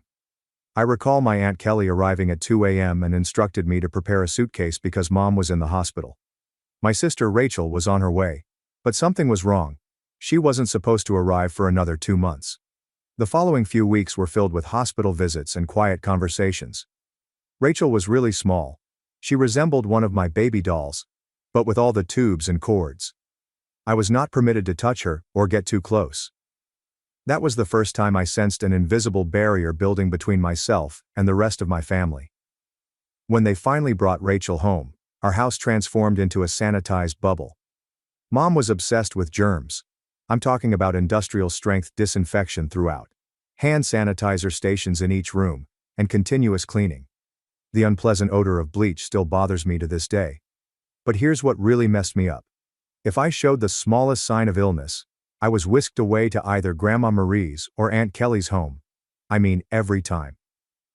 Sneeze once? Pack your bags. A slight cough? You're going to see Grandma. At first I found it enjoyable. Grandma Marie would bake cookies, and Aunt Kelly had a beautiful collection of Nancy Drew books that I was working my way through. But kids aren't stupid. After a while you start to realize what's going on. You are not being sent on adventures. You are being treated as a threat. As if your entire life could harm your darling sister. I tried everything to get their attention in a healthy way. Seriously, everything. Got all A's? Mom would barely look up from Rachel's most recent doctor's appointment schedule. Won first place in the scientific fair with a project about renewable energy. Dad just asked if I could keep the display board in the garage because Rachel is allergic to cardboard dust. Is this actually a thing? The real kicker came when I was 12. For months I'd been studying for the school talent show, teaching myself to play Bridge Over Troubled Water on piano. I understand it's a little too blatant. Rachel developed a fever of 99.1 degrees Fahrenheit on the night of the show. Guess who didn't have anyone in the audience? Meanwhile, 2 weeks later, Rachel's entire family, including both sets of grandparents, watched her 15-minute flute recital, during which she nailed hot cross buns. Rachel quickly learned how to operate the system. By the age of 7, she had outgrown any serious health issues, but that did not prevent her from performing. Headache? Must stay home from school. Feeling tired? Someone else, guess who, should complete her chores. Worried about a test? Mom would literally contact the school to have the deadline extended. I started spending more and more time in my room, reading books about art history and antiques. It's funny how things work out sometimes. My room became my haven. Mostly because Rachel claimed she was allergic to my lavender air freshener, and it was the only place she wouldn't go. Do you know what's really wrong? When she feigned to be sick, I felt grateful. At the absolute least, I'd be taken to Grandma Marie's, where someone would inquire about my day or express an interest in what I was up to. Grandma was the person who ignited my interest in old jewelry. She had an outstanding costume collection, which she allowed me to organize and categorize. I suppose I should have interpreted that as a prophecy. The worst part was not even the obvious bias. It was how they rewrote history to justify their behavior. Rachel just needs more attention because she had such a rough start. Sarah's always been so independent. Sarah understands that her sister has special needs.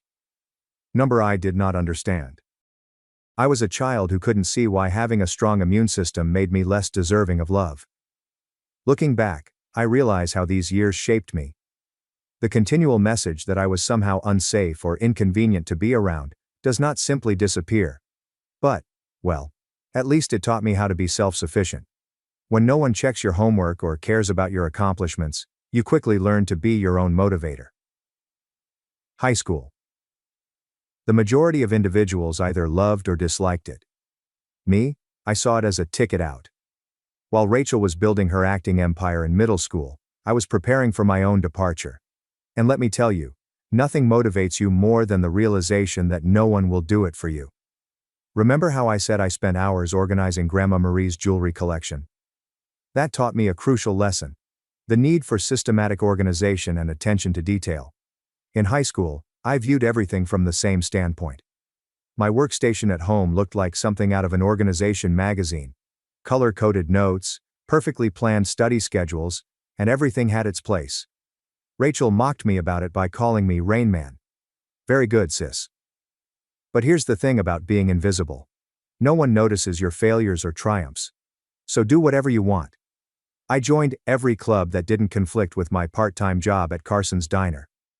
Thank you, Carol, the owner, for remembering my birthday when my parents had forgotten.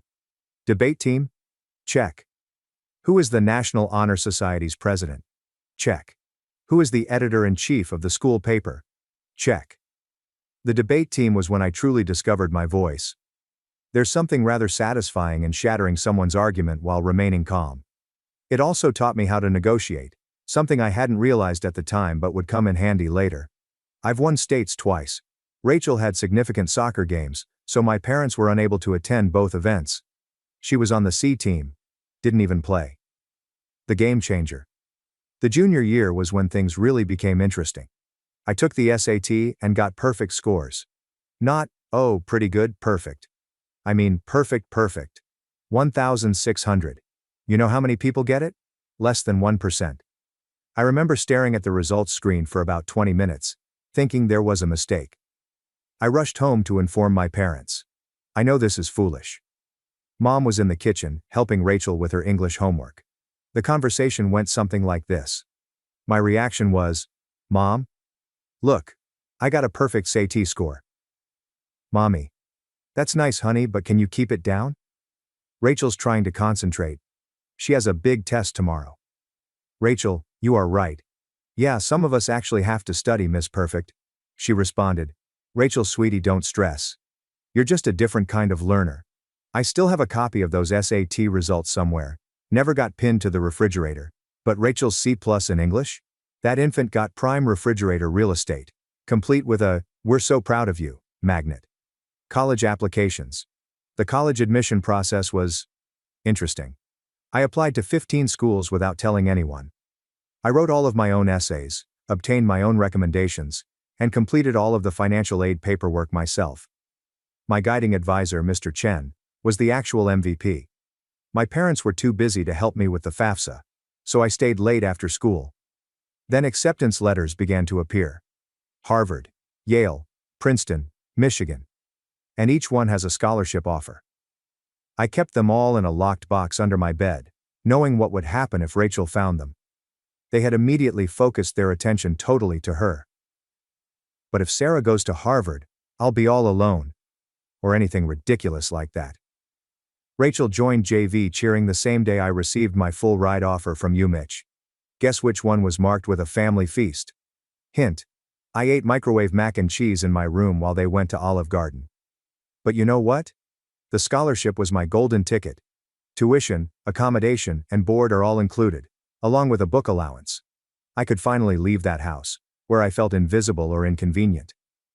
The day I got my acceptance package, I went to my favorite spot in the local library, a fourth-floor window seat overlooking the park, and cried for an hour. Not sad tears. There were tears of relief. When I told my parents at dinner that I was going to UMich, they were overjoyed. He interrupted. Michigan. But that's so far. What if Rachel needs you? She shot back. I hope you're not expecting us to help with expenses. Rachel's cheerleading competitions are very costly. Rachel's voice is broken. Oh my God, finally. Can I have your room? I need space for my TikTok videos. The summer before college. I worked double shifts at Carson's Diner to save money. Carol, bless her heart, always gave me extra tips and made sure I got to take home leftover pie at the end of my shift. She also taught me an important skill: how to spot genuine people in a world full of fakes. Baby, she said to me, in diners and in life, the ones making the most noise usually have the least to say. Move-in day at UMichigan. My parents couldn't attend because, surprise, Rachel had a cheering competition.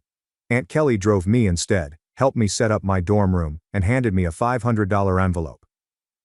Your Grandma Marie wanted you to have this, she stated to me. She's so proud of you. Later I discovered that Grandma had been saving the money from her Social Security payments for months. That first night in my dorm room, I promised myself this. I was going to live such an amazing life that being neglected would be unthinkable. Not for revenge. There's nothing to prove to my family. What about the 8-year-old girl who was taken to Grandma's house for sneezing? College and the start of something new. College passed in a blur of all-nighters, instant ramen, and exquisite liberty. I graduated from the University of Michigan, summa cum laude. Not that my parents noticed. They were too busy helping Rachel transfer to her third college in 2 years. But this is where the story takes an unexpected turn. I landed an entry-level position at Everett and Phillips Auction House in Detroit. I won't use the real name for obvious reasons, but if you're in the industry, you probably know who I'm referring to. An authentic high-end establishment. Many old money customers. That kind of transaction. I started with their estate sales business, which required recording affluent folks' stuff after they died. It wasn't particularly glamorous, but it helped pay the bills. The breakthrough. My first few months were very standard. Logging numerous china sets, categorizing vintage furniture and so on. Next came the Kingston estate. Mrs. Kingston was an elderly widow who died without children, leaving behind what everyone imagined was a vast collection of costume jewelry. Rooms are filled with the substance. This is when the hours spent at Grandma Marie's came in handy. I'm browsing this stack of jewelry when something catches my eye. This is an Art Deco brooch. Nothing really impressive, yet something about it felt different. The weight was not appropriate for costume jewelry. The clasping mechanism was far too intricate for a copycat. I believe I spent the entire lunch break that day researching vintage jewelry markers and autographs. I ended up staying late at work to use the company's membership in various antique jewelry databases. The more I looked, the more certain I became that this was not costume jewelry. It was the real deal. Problem was, I was the new girl. Nobody would believe me if I said we had a potential treasure in our hands. So I did as the debate team instructed me. I methodically planned my argument. I spent 2 weeks between lunch breaks and evenings, researching everything I could about Art Deco jewelry authentication. I even spent some of my pathetic funds on an online gemology course. Finally got the courage to approach my supervisor, Mr. Harrison. I delivered the complete presentation, which included comparative photographs, historical material, and the works. The conversation went something like this. My reply was this. Sir, I think we might have something significant in the Kingston collection. Harrison looks up from his phone and adds, Sarah, we've already cataloged those as costume pieces. It's true. I know. But look at these makers' marks. They match perfectly with Cartier's 1925 signatures. Harrison, now paying attention. Where did you learn all of this? I replied, I did some research. Long story short? The costume brooch fetched $47,000 at auction. It turns out that it was part of a restricted collection designed for a European C8 in the 1920s. But here's the kicker. Harrison began to trust me after that. He started sending me more relics to authenticate. My meaningless pleasure of sorting ancient jewels took on new meaning. I dedicated myself to studying as much as I could about vintage jewelry. I took every online course that I could afford. I spent weekends going to estate sales and researching goods. Even started a small notepad to record different authentication procedures. My apartment was like a jewelry scholar's fever dream, with walls covered with printouts of vintage hallmarks and certification criteria. The auction house started receiving results. I was discovering key items that others had overlooked, making links with collectors, and understanding the market. My commission checks grew greater. For the first time in my life, I wasn't only surviving, but actually saving money. Family. Still remarkably uninterested. At Sunday meals, which I still attended like a fool, the conversation went like this. Mom. Sarah's still at that antique shop, right? This is my name, Auction House. And yes. Actually, I just authenticated a rare Tiffany piece. Rachel makes an appearance. Oh my God, speaking of jewelry, you guys have to see this charm bracelet I bought at the mall. But I didn't care any longer. For once in my life, I had discovered something truly something I excelled at, something unconnected to Rachel's sisterhood or family disappointment. The Rothschild collection. Then came the Rothschild collection. This was about 2 years into my career in the auction business. A huge estate. Old money family. There is a lot of talk in the sector. I was a member of the team that classified their jewelry collection. And that's when I realized it. A reasonably common Art Nouveau piece that everyone else had overlooked. I spent 3 days examining it. I barely slept. It turned out to be a piece from a famous French jeweler's private collection, which was thought to have been lost during World War II. When it sold at auction for $238,000, Harrison summoned me to his office. I thought I was being promoted. Instead, he said something that fundamentally altered the situation. Sarah, you're wasting your talent here. You should be running your own authentication business. Initially, I dismissed it. Me? Start a business? With what money? However, the idea took root. I started doing small freelance authentication jobs on the side. Word spread that I had an amazing site. Private collectors started contacting us directly. One night, while sitting in my small apartment, surrounded by jewelry instructions and authentication equipment that I had steadily accumulated, I had an insight. This is something I could truly accomplish. I could make anything on my own. So I did what a decent person would do. I took out a hefty loan against my vehicle. I depleted my savings account. I rented a small office space in a less desirable part of town. People thought I was insane. Maybe I was. I renovated a storage room above a Chinese restaurant, which was roughly the size of a college dorm room. The rent was inexpensive since the place usually smelled like Kung Pao chicken, and the Wi-Fi only worked if you sat in the corner by the window. But it was mine. The struggle. The first few months were fascinating. And when I say interesting, I mean terrifying. I would arise at 4 a.m. With cold shivers, I calculated how many months till my funds were out. Loan installments were like a rope around my neck. My office furnishings consisted of, I bought a card table from Goodwill. I genuinely found a chair on the curb. Don't worry, it was well cleaned. However, in the world of high-end jewelry, reputation and connections are critical. And my experience at the auction house gave me both. I started out modestly, doing authentication work for local antique dealers. My costs were lower than those of larger organizations, but my attention to detail was becoming well known. Word spread. 6 months later, a watershed moment happened. A dealer I'd worked with at the auction house inquired about a collection of Victorian-era brooches. Prior to selling, the owner wanted confirmation. It turned out to be a large collection, including items from 3 generations of families. I worked on it for 2 weeks straight, barely sleeping and documenting everything. I found 2 incredibly rare pieces that had been misidentified as later reproductions. The owner was so pleased with my meticulous analysis that she not only paid my fee, but also promised me a 10% commission if the piece sold. Was it a commission? $86,000. More money than I had earned during the previous 2 years combined. Suddenly my phone rang. A lot. Private collectors have heard about my ability to locate missing pieces. Estate lawyers are seeking advice on inherited jewelry. Even my prior auction house started sending me authentication work. I'm quite sure Harrison was surreptitiously spreading the news. Thanks, boss. Scaling up. By year 2, I had hired my first employee, Jenny, a recent gemology graduate who reminded me far too much of myself at that age.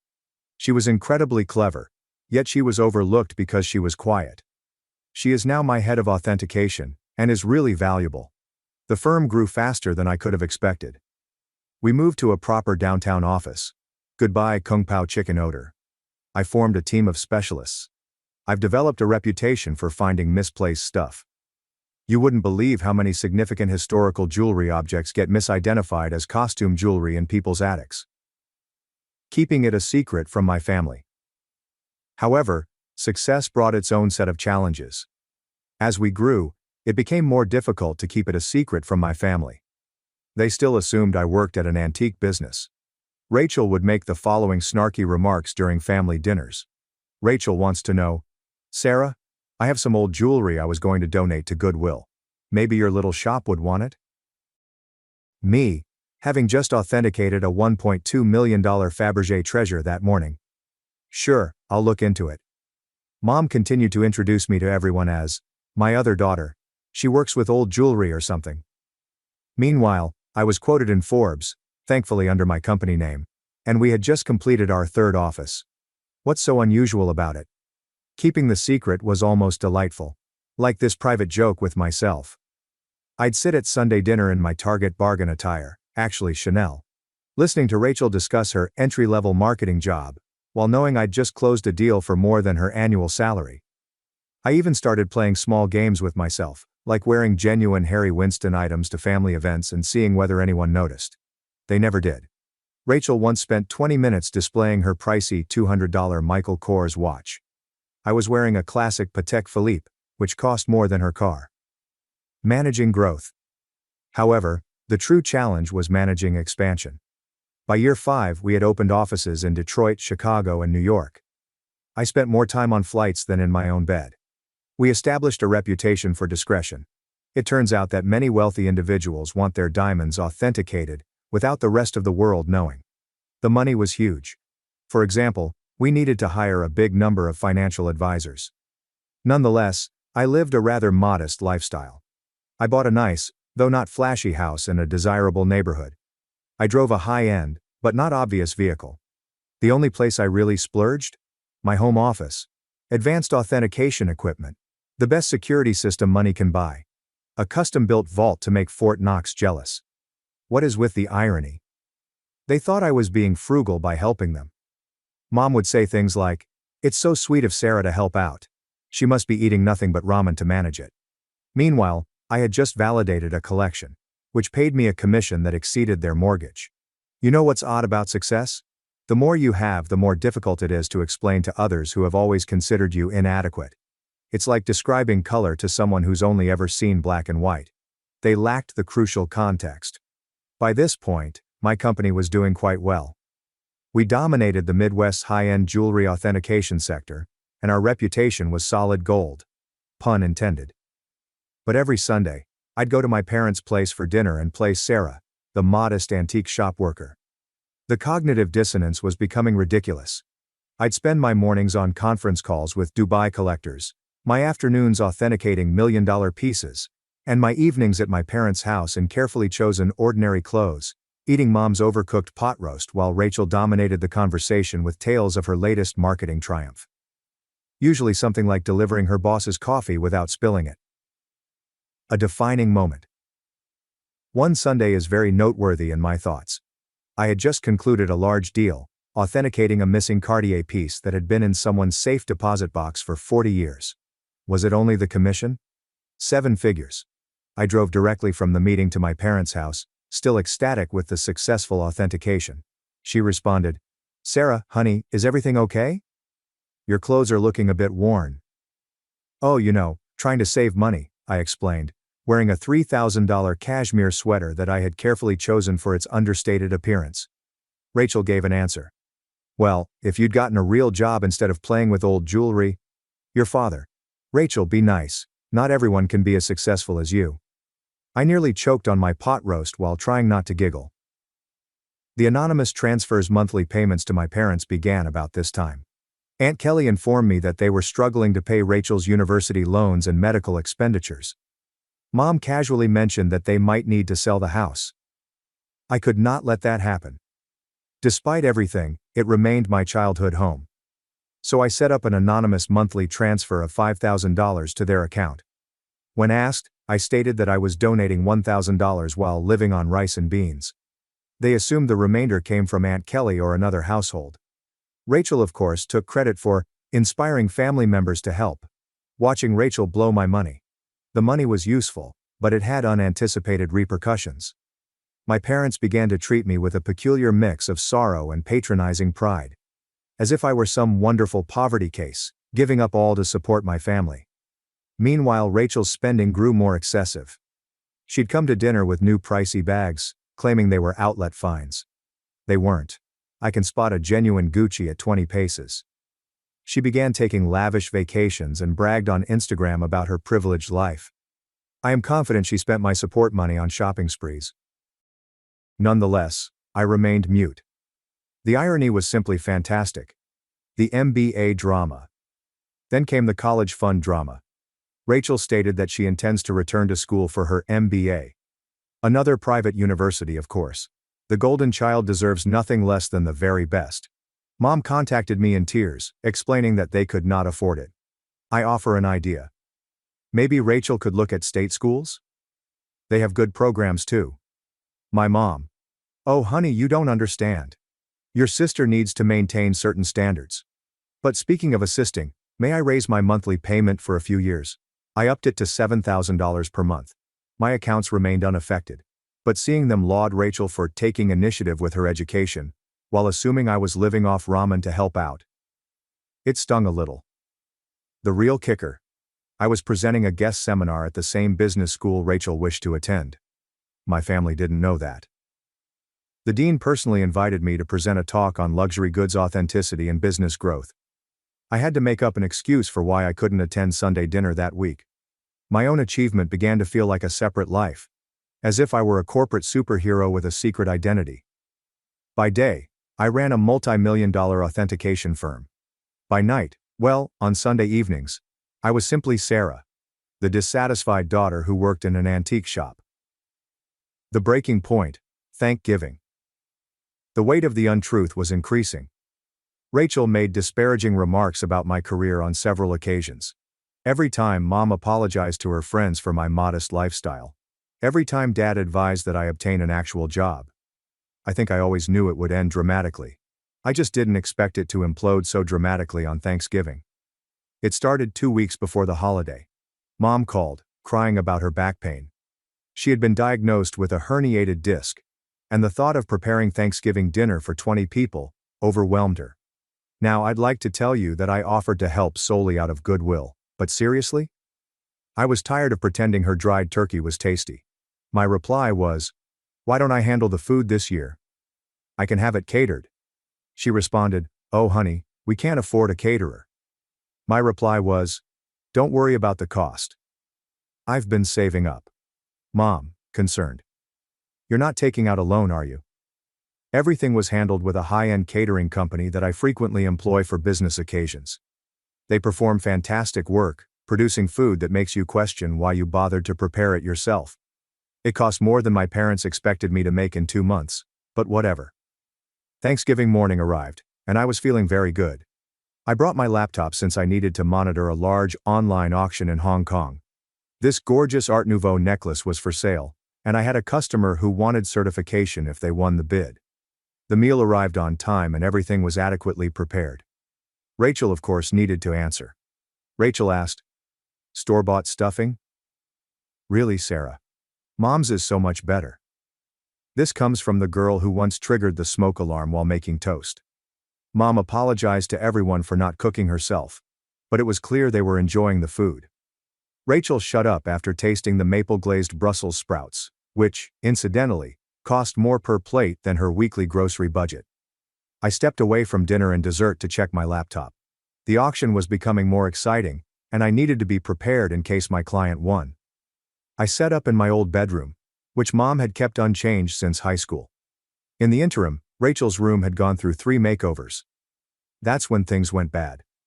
I had left my authentication program running, with multiple tabs open displaying various accounts and current agreements. Rachel entered without knocking, some things never change, and asked to borrow my phone charger. She spotted my laptop screen and realized this was her moment to finally show how pathetic her older sister was. Rachel, smirking, "Let's show everyone what Sarah's really been up to." Before I could stop her, she grabbed my laptop and proceeded into the dining room. The big reveal picture this. 20 people, including aunts, uncles, cousins, and my parents, stuffed themselves on gourmet turkey and drank expensive wine, which they mistaken for Trader Joe's. Rachel's reaction. Time to see what kind of important work Sarah's doing on Thanksgiving. She flipped the laptop around triumphantly, clearly aiming to embarrass me with whatever little antique transactions she believed I was working on. The room became utterly silent. You could hear the nice clock I bought Mom for Christmas ticking silently. She thought it was a reproduction. My screen showed, current account balance is $12.4 million. Pending authentication contract, $485,000. Recent transaction, $1.2 million. Hong Kong auction.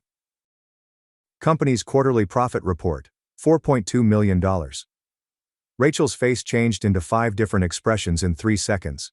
The final one fell somewhere between shock and nausea. She did stagger somewhat on her feet. Rachel says quietly, "This cannot be right," she asked. "Rachel, honey, what is it?" Rachel's voice cracks. She's rich. Sarah's rich." Chaos ensues. If it was possible, the silence deepened even further.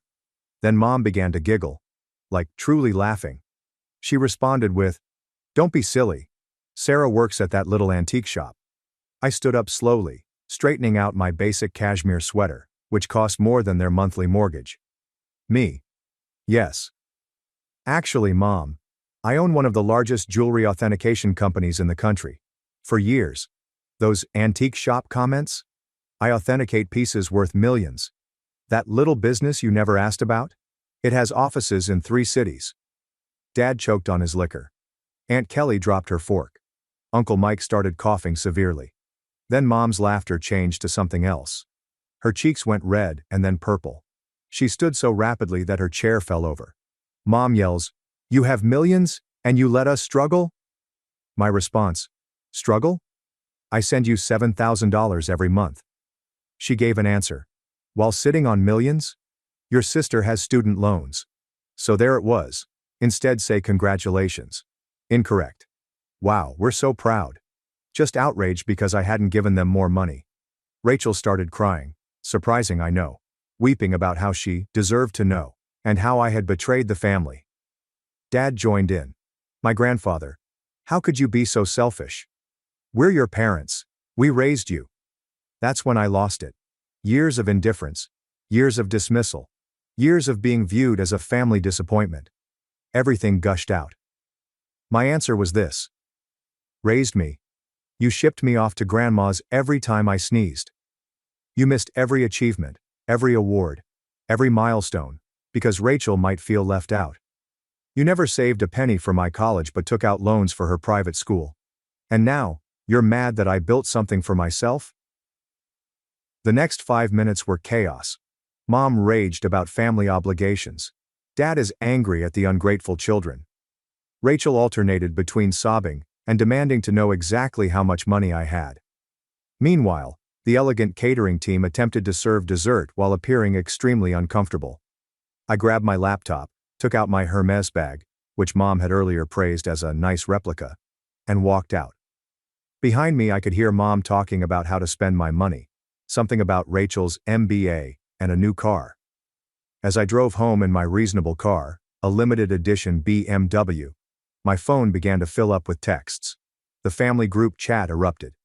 Rachel started writing on Facebook about hidden family wealth and selfish siblings. The aftermath. The days following Thanksgiving were like watching a hurricane strike in slow motion. Except that the hurricane represented my family, while the debris represented my sanity. Let's start with SMS messages. Within 1 hour after leaving dinner, my phone had 47 missed calls, more than 200 messages. Mom followed this interesting progression. 7:42 p.m. How dare you walk out on family? 8:15 tonight. We need to talk about this like adults. 9:03 p.m. Your sister deserves a share of your success. 10:30 at night. I've already called a realtor about houses in better neighborhoods. 11:45 in the evening. Why aren't you answering? This is your mother. Meanwhile, Rachel had transformed into a full-fledged social media combatant. Rachel, on the other hand, had completely embraced social networking. She posted a lengthy diatribe on Facebook about how her millionaire sister had been hoarding wealth while watching her beloved family struggle. The commentary section was wild. Distant cousins and former high school classmates, whom I hadn't communicated with in years, developed strong opinions about my moral character. But this is when things became interesting for me. Rachel actually posted, "All those years of me trying to help Sarah's career, giving her advice about moving up from that little antique shop. And she was secretly wealthy." The betrayal hurt so much, I nearly threw my phone across the room. What was the only professional advice she ever provided me? I proposed that I try selling jewelry on Etsy. If you're not familiar with the term, flying monkeys are when toxic family members send others to guilt trip you. Aunt Susan, whom I saw maybe once every 3 years, called to tell me that family is everything. Uncle Bob, who I'm pretty sure still thinks I'm 12, emailed me a long lecture about the importance of sharing wealth. Even my third cousin's wife's sister, how did she get my phone number, felt compelled to share her thoughts on family responsibilities. But the real fun started when they arrived at my workplace. When I arrived on Monday morning, I found Mom, Dad, and Rachel sitting in our welcome area. They told Jenny, my receptionist, that they had an appointment to authenticate services. Rachel held her Michael Kors bag as if it were actually worth something. The conversation went about as well as you would anticipate. Your mother says, "We've discussed it as a family." I responded by asking, "A family discussion? Without the family member you're discussing?" Mom, ignoring me. "And we think it's only fair that you set up trust funds for everyone." Rachel responds, "I need at least $2 million to start my new life properly." Your dad responded, "And your mother and I would like to retire. We're thinking of a beach house in Florida." This is who I am. Did you miss the part where I've been sending you $7,000 monthly? Rachel says, "That's nothing compared to what you have. You owe us." You're puzzled. I owe you? For what exactly? The years of being ignored, the missed graduations, the constant comparisons? Mama said, "Don't be dramatic, Sarah. We gave you everything." My reply was, "No. I gave myself everything. And you know what? I'm done." Right there in my office lobby, I took out my phone and canceled the monthly transfers to their account. Mom gasped, as if I had slapped her. Rachel began her phony crying performance but quickly stopped when she realized it wasn't effective. Then everything turned ugly. They refused to leave. I needed to contact security. Seeing my 60-year-old mother being hauled out while ranting about ungrateful children was strange. Jenny asked whether I wanted to press charges. I said no. However, I had their names added to the building's do not admit list. The harassment continued for weeks. New phone numbers, fake email addresses, even attempted to contact me via my company's customer service. Finally, I had to serve a formal legal notice, threatening harassment charges. Mom then played her last card. She called Grandma Marie. But here's the thing about Grandma Marie. She is wiser than all of them together. How did she reply? "Good for Sarah. About time someone in this family succeeded on their own terms." Mom didn't speak to her for 2 months after that. It's been 6 months since Thanksgiving. I moved to a new home with stronger security. I adjusted all of my figures. How about the company? We're doing better than ever. It turns out that my family troubles drew some high-profile clients who appreciated my caution in the situation. Rachel continues to post passive-aggressive updates about toxic wealth and family betrayal. According to what I've heard, she's starting her own jewelry authentication firm. Good luck with that. Mom and Dad stopped trying to contact me when my lawyer sent them an official letter describing how the harassment charges would affect their lives. They are now telling everyone that they never wanted my money anyway, and are praying for my salvation. What is the best part? For the first time in my life, I feel emancipated. No more Sunday dinners filled with subtle insults. I will no longer downplay my accomplishments to protect their feelings. The Rachel Show is no longer financially supported. My therapist says, I have finally established good boundaries. I say, I'm finally living truthfully.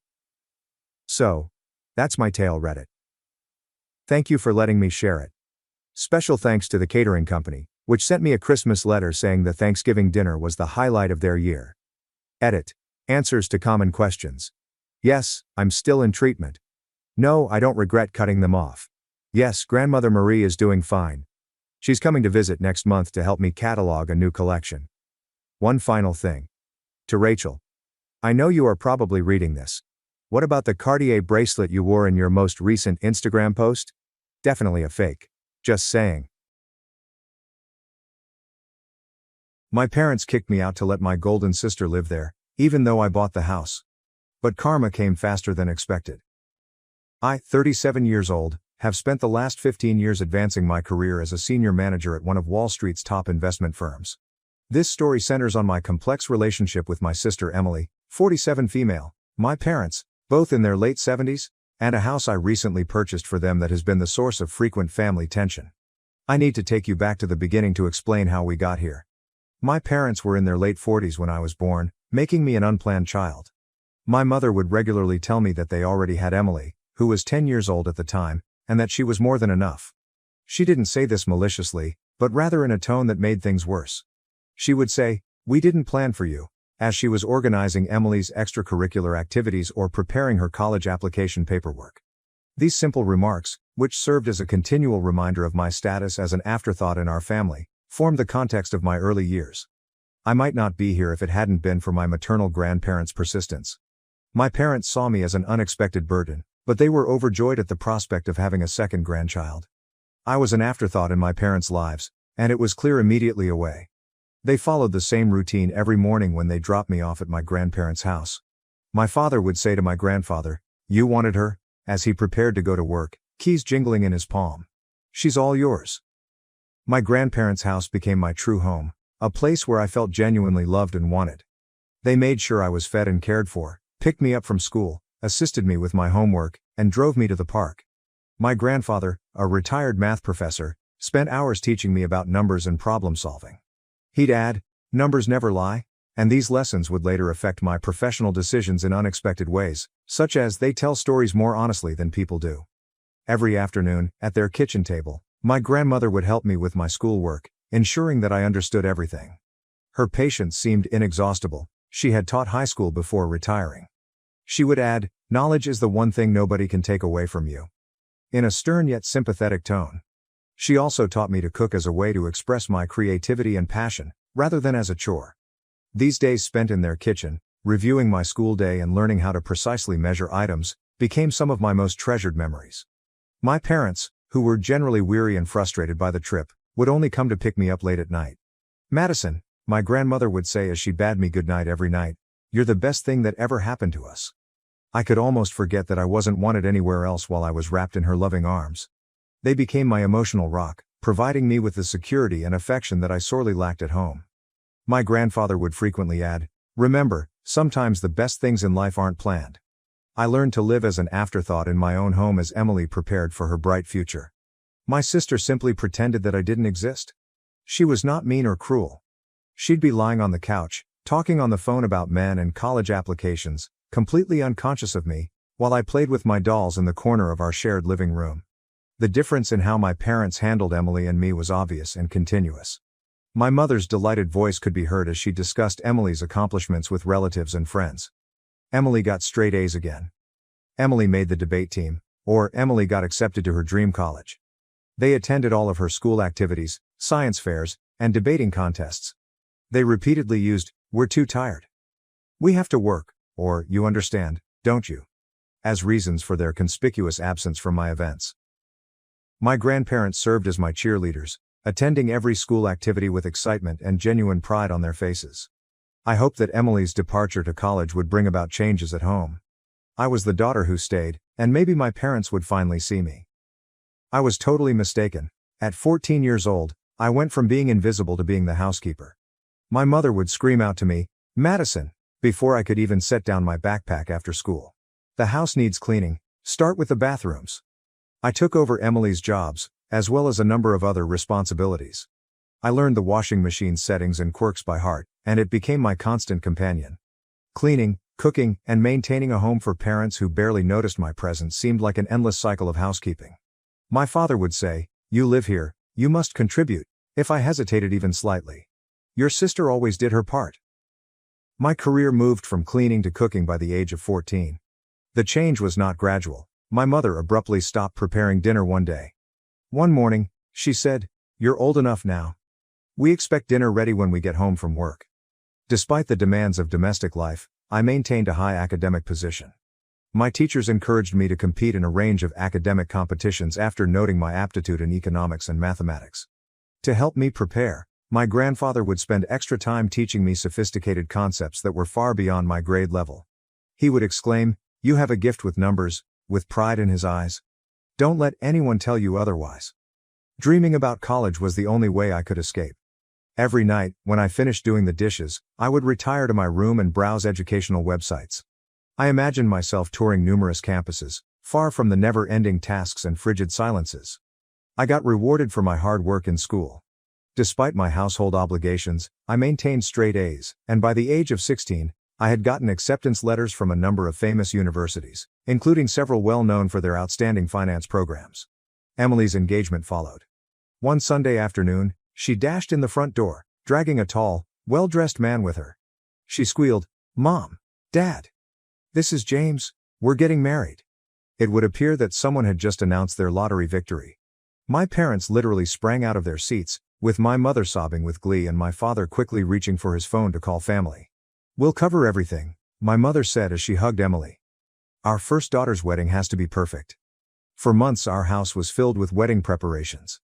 Every discussion revolved around guest lists, venues, and flowers. With pricey clothing, high-end vendors, and everything at the top, money seemed to flow like water. Despite attending the wedding, my grandparents did not appear to like the elaborate decorations. My grandfather simply shook his head at the champagne fountain, and I watched my grandmother grimace at a sculpture that probably cost more than a semester's tuition at college. However, they most likely already knew what was going to happen, so they kept their thoughts to themselves. On the day I received my admission letters, I sat at our dinner table with 3 envelopes spread out in front of me and told my parents the fantastic news. My heart pounded. "That's nice," my mother said, not lifting her attention from her meal. "But we can't pay for it. We spent all our savings on your sister's wedding. Even took out a loan for it. There's nothing left for college." I stuttered and added, "But you paid for Emily's college," barely audible above a whisper. "That was different," my mother stated with a dismissive tone. "We saw potential in her." The ensuing silence was deafening. "You should get a job, save some money, and get student loans. That's what responsible adults do," my father added between phrases. I'd never dared to leave the table without being excused. I grabbed my phone with shaky hands and dialed my grandmother. I was crying within minutes of entering their well-known front door. My grandfather's demeanor stiffened as he listened to my story, but I couldn't see the glitter in his eyes. They exchanged a knowing look after I told them everything. My grandfather grabbed my hand and said, "Madison, we've been saving for your education since the day you were born, so we were expecting something like this." He came back with a folder after strolling to his study. Bank statements reflecting years of diligent savings were discovered inside. "You can choose any of those universities. We've got you covered." I moved in with my grandparents that evening after packing my belongings. When I told my parents I was leaving, they were downstairs watching television and barely looked up. My mother said, "Whatever you think is best," with her gaze fixated on the television. Did I sense relief in her voice? The years that followed were revolutionary. I opted to attend one of the top business schools to study financial analysis. Witnessing my parents' terrible financial management may have fueled my desire to do things right.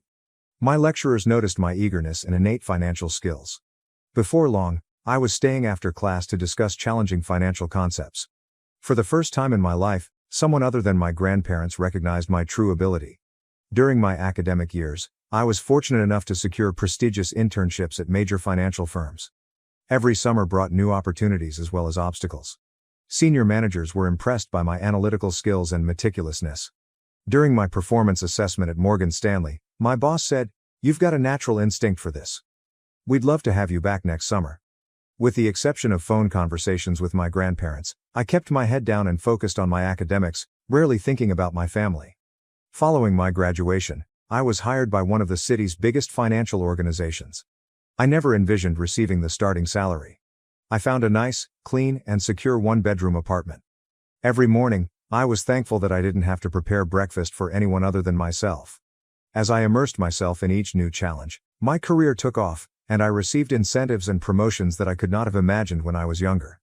In 5 years, I worked my way up to a senior position, managing complex portfolios and cultivating strong client relationships. Within the industry, I was known for my strategic thinking and analytical accuracy. Every accomplishment felt like a hidden confirmation that my parents underestimate my skills. Meanwhile, I realized from rare conversations with my grandparents that Emily's marketing career was not going as well as she had hoped. Emily's husband James battled to keep his work. They were constantly begging for money from my parents.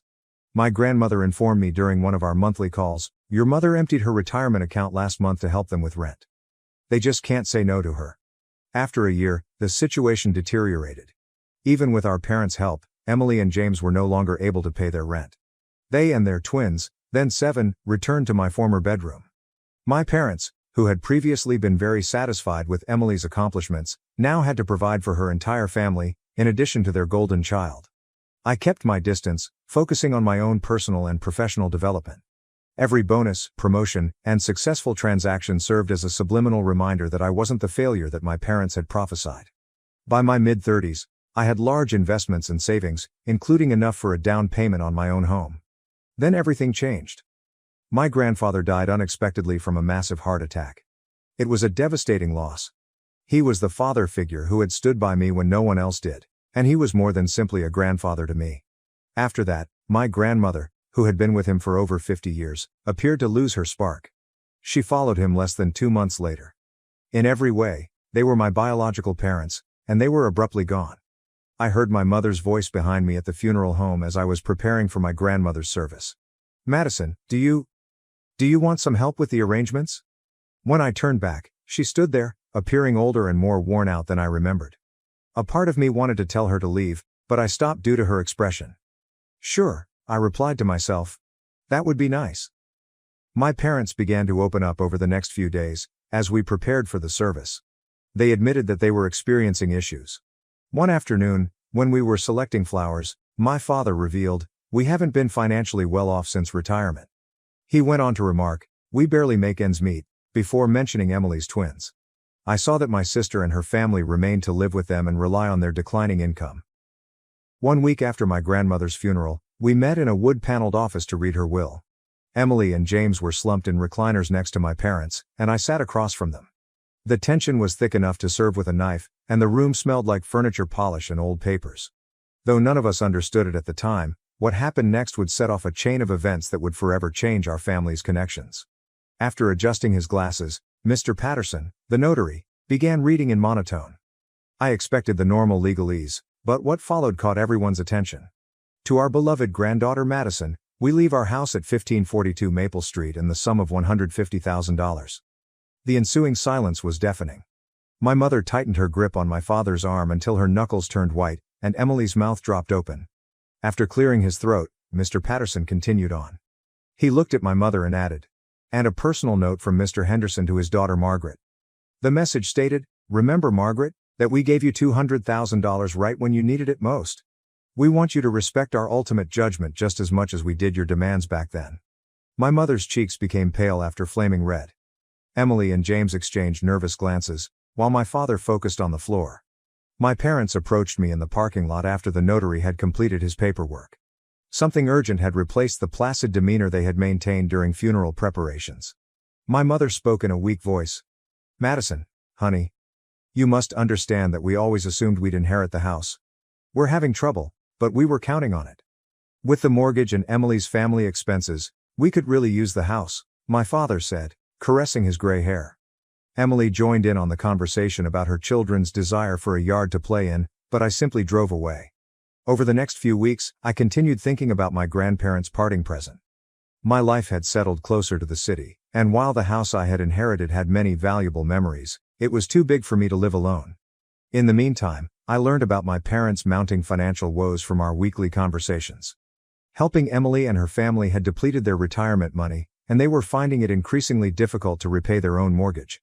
I gave it a lot of thought before deciding I would buy my parents a better house, one that is single-story, has a wonderful garden, but is easier to maintain, with the money I get from selling my grandparents' house and my own funds, and something snug for their retirement years.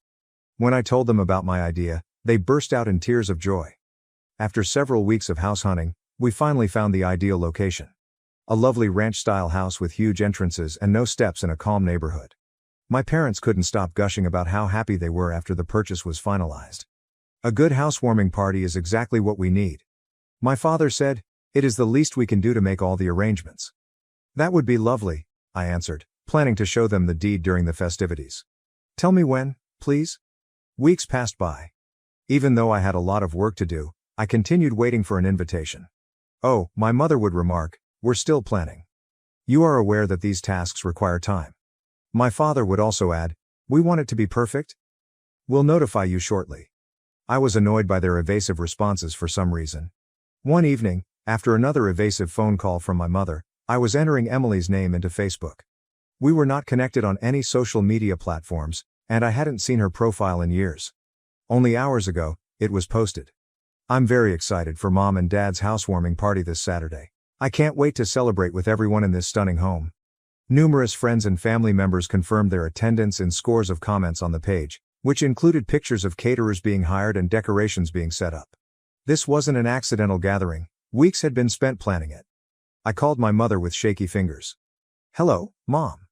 I wanted to ask more about the housewarming party. Do you have a date in mind already?" "Oh honey, not just yet," she responded with ease. "Most likely in a few weeks. The logistics are still being worked out. Everyone except me, apparently." As Saturday approached, I had to make a decision. Should I approach them, or should I let it go? How could they exclude me from the festivities after everything that had happened, after I had bought them this house? I would soon find out, but not in the way I had expected. On Saturday, I parked a block from the house I had bought for my parents, and I could see dozens of people mingling through the windows, including Emily's social circle, friends, and relatives. My father gave tours of the house, and my mother, dressed in her special occasion pearls, greeted guests at the entrance. The home was decked with twinkling lights and welcoming banners, and laughter and music streamed out onto the street, indicating that they had spent weeks planning this housewarming party, to which I had not been invited. For a time, I sat in my car and watched Emily's twins chase each other past throngs of adults who were ogling them. I could see moving boxes with Emily's handwriting on them heaped in the corner through the big bay window. The process of transporting her family's goods had already begun. I sniffed carefully before sneaking in via the side entrance. The aroma of flowers and catered cuisine filled the home, and I followed my father's voice to the living room, where he was conversing with a group of people. After all these years of hard labor, we finally got our dream home. My mother excitedly added, "Don't forget about Emily. She was quite helpful with the down payment. Such a beautiful daughter, always putting family first. Unlike some people," she said. In response to an inquiry concerning me, she stated, "Our younger daughter has not assisted us at all. Too preoccupied with her profession to worry about her family." As I stood in the doorway, heat surged to my face. Everyone jumped when I said, "Actually, I think you've got that backwards." There was complete stillness in the room, and my father was the first to recover, smirking fiercely. "Madison, what a surprise. Especially since you forgot to invite me to the housewarming party for the house I bought," I stated as I entered the room. His shoes rapidly drew Emily's husband's curiosity, and one of the twins grabbed Emily's sleeve in an attempt to figure out why everyone seemed so disturbed. "You bought it, but it is now ours. You can't expect eternal gratitude," my mother remarked, slightly harsh. My father added, "That's correct, gaining confidence. And really, you're not welcome here. This is a family reunion. My mom informed me that Emily and her family had already sold their home and will be relocating here. The twins require a stable environment. I pulled a folder from my bag. You appear to be puzzled about something, I said, holding up the ownership and deed certificates. This house belongs to me. I never signed it over to you. My mother's face turned pale to ashen, and my father began to rattle on about his family responsibilities. Emily's self-assured smirk cracked as she saw her plans were failing. Despite my quivering hands, I continued. I was intending to give it to you tonight, maintaining a solid voice. I believed this could be a new beginning for all of us. Instead, you have shown me that nothing has changed. My mother said, "You can't do this?" Her voice became a shriek. "We are your parents." "No," I replied softly. "You're merely the ones who gave birth to me. My true parents, my grandparents, showed me that family is more than just blood. They also taught me about finances, which is why I own this house while you do not." I turned to address the surprised guests. "I'm sorry, but this celebration is finished. This is my residence, and I am asking everyone to leave." My parents, Emily, James, the twins, and all of their guests left in tears, and I watched from the porch as they drove away one by one until the street was desolate. The beautiful lights in the yard continued to twinkle mockingly. Half-empty drinks and discarded meal plates littered every surface, and the house, which was supposed to be my reconciliation present, became the final straw in our relationship. A few weeks later, I discovered that they had used the money from the sale of their previous home to buy an apartment, and when Emily, James, and the twins moved in, 3 generations crammed into a 2-bedroom flat. They tried phoning me all the time at first, leaving voicemails full of angry accusations. "You've become so heartless, just like your grandparents warned us you would." And guilt-tripping. "How could you have done this to your own family?" I turned down their social media accounts, emails, and phone numbers. As a reminder of all that went wrong in our family, the house is now empty, and I have an appointment with a real estate agent tomorrow. Some relationships, like old photos in a dusty album, are best left in the past. When I ultimately have my own children, I've promised myself that they won't have to compete for my attention or win my devotion. Unlike my parents, I'll love my children unconditionally, just as my grandparents did. That Saturday night, when I arrived at the house I had bought, I was not invited to my parents' housewarming party, which revealed every terrible truth about my family. The windows revealed dozens of visitors, catered food and, most tellingly, moving boxes strewn about with Emily's handwriting. My father joyfully stated, "After all our hard work, we have finally purchased our dream home." I sneaked in by the side entrance. In her comments, my mother commended Emily for purportedly assisting with the down payment. She addressed questions about my absence with, "Oh, Madison's too focused on her career to care about family." The incident encapsulated every insult I had experienced as a child, every instance of favoritism toward Emily, and every instance in which I had been treated as an afterthought. I had never before experienced such clarity as I stood in the doorway, witnessing my parents rewrite history by preparing to relocate my sister's family onto my land without even asking me. "Actually," I remarked, prompting the room to settle down, "I believe there was a miscommunication regarding the buyer of this house." I could tell everything I needed to know about their true sentiments based on their facial expressions: amazement, shame, and ultimately indignation. My mother was the first to recover, her voice full with entitlement. "What's done is done. The house is ours today, and Emily's family requires the room." I got out the ownership documents and the property deed and said, "No, the house is mine. I never handed ownership to you. I had planned to deliver it to you tonight, but that would clearly be a mistake. You cannot do this." My mother said in a panicked tone, "We are your parents, we have rights." "The only rights you have," I continued calmly, "are those I choose to grant you. And right now, I've decided to ask everyone to leave my land." Following that, there was a chaotic evacuation, with guests rushing out with plates of food still in hand, Emily's twins screaming in surprise, and my father attempting to maintain some dignity while directing everyone to their cars. "How could you do this to your own family?" was my mother's final attempt at manipulation, but it was unsuccessful against my newfound drive. In the weeks that followed, the 5 of them were jammed into a tiny flat, and the messages began straight away. My father wanted a re-examination, Emily begged with tears for her children's stability, and my mother accused me of cruelty, all of which I blocked. The unoccupied house served as a reminder of what could have been. A new beginning, a chance for reconciliation. Instead, it acted as the catalyst for my ultimate split from a family that had never completely accepted me. A month later, I sold it and used the money to fund my own future. Some asked if I would ever try to mend those bridges or forgive them, but I came to realize that forgiving does not always imply allowing harmful people back into your life. Forgiving oneself for leaving can be necessary at times.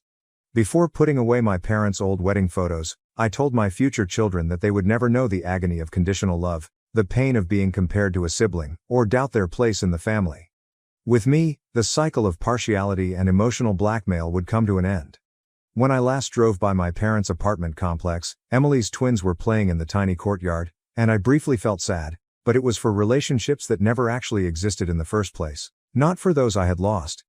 Despite the common assumption that blood is thicker than water, my grandparents taught me that a true family is built on love, respect, and mutual support.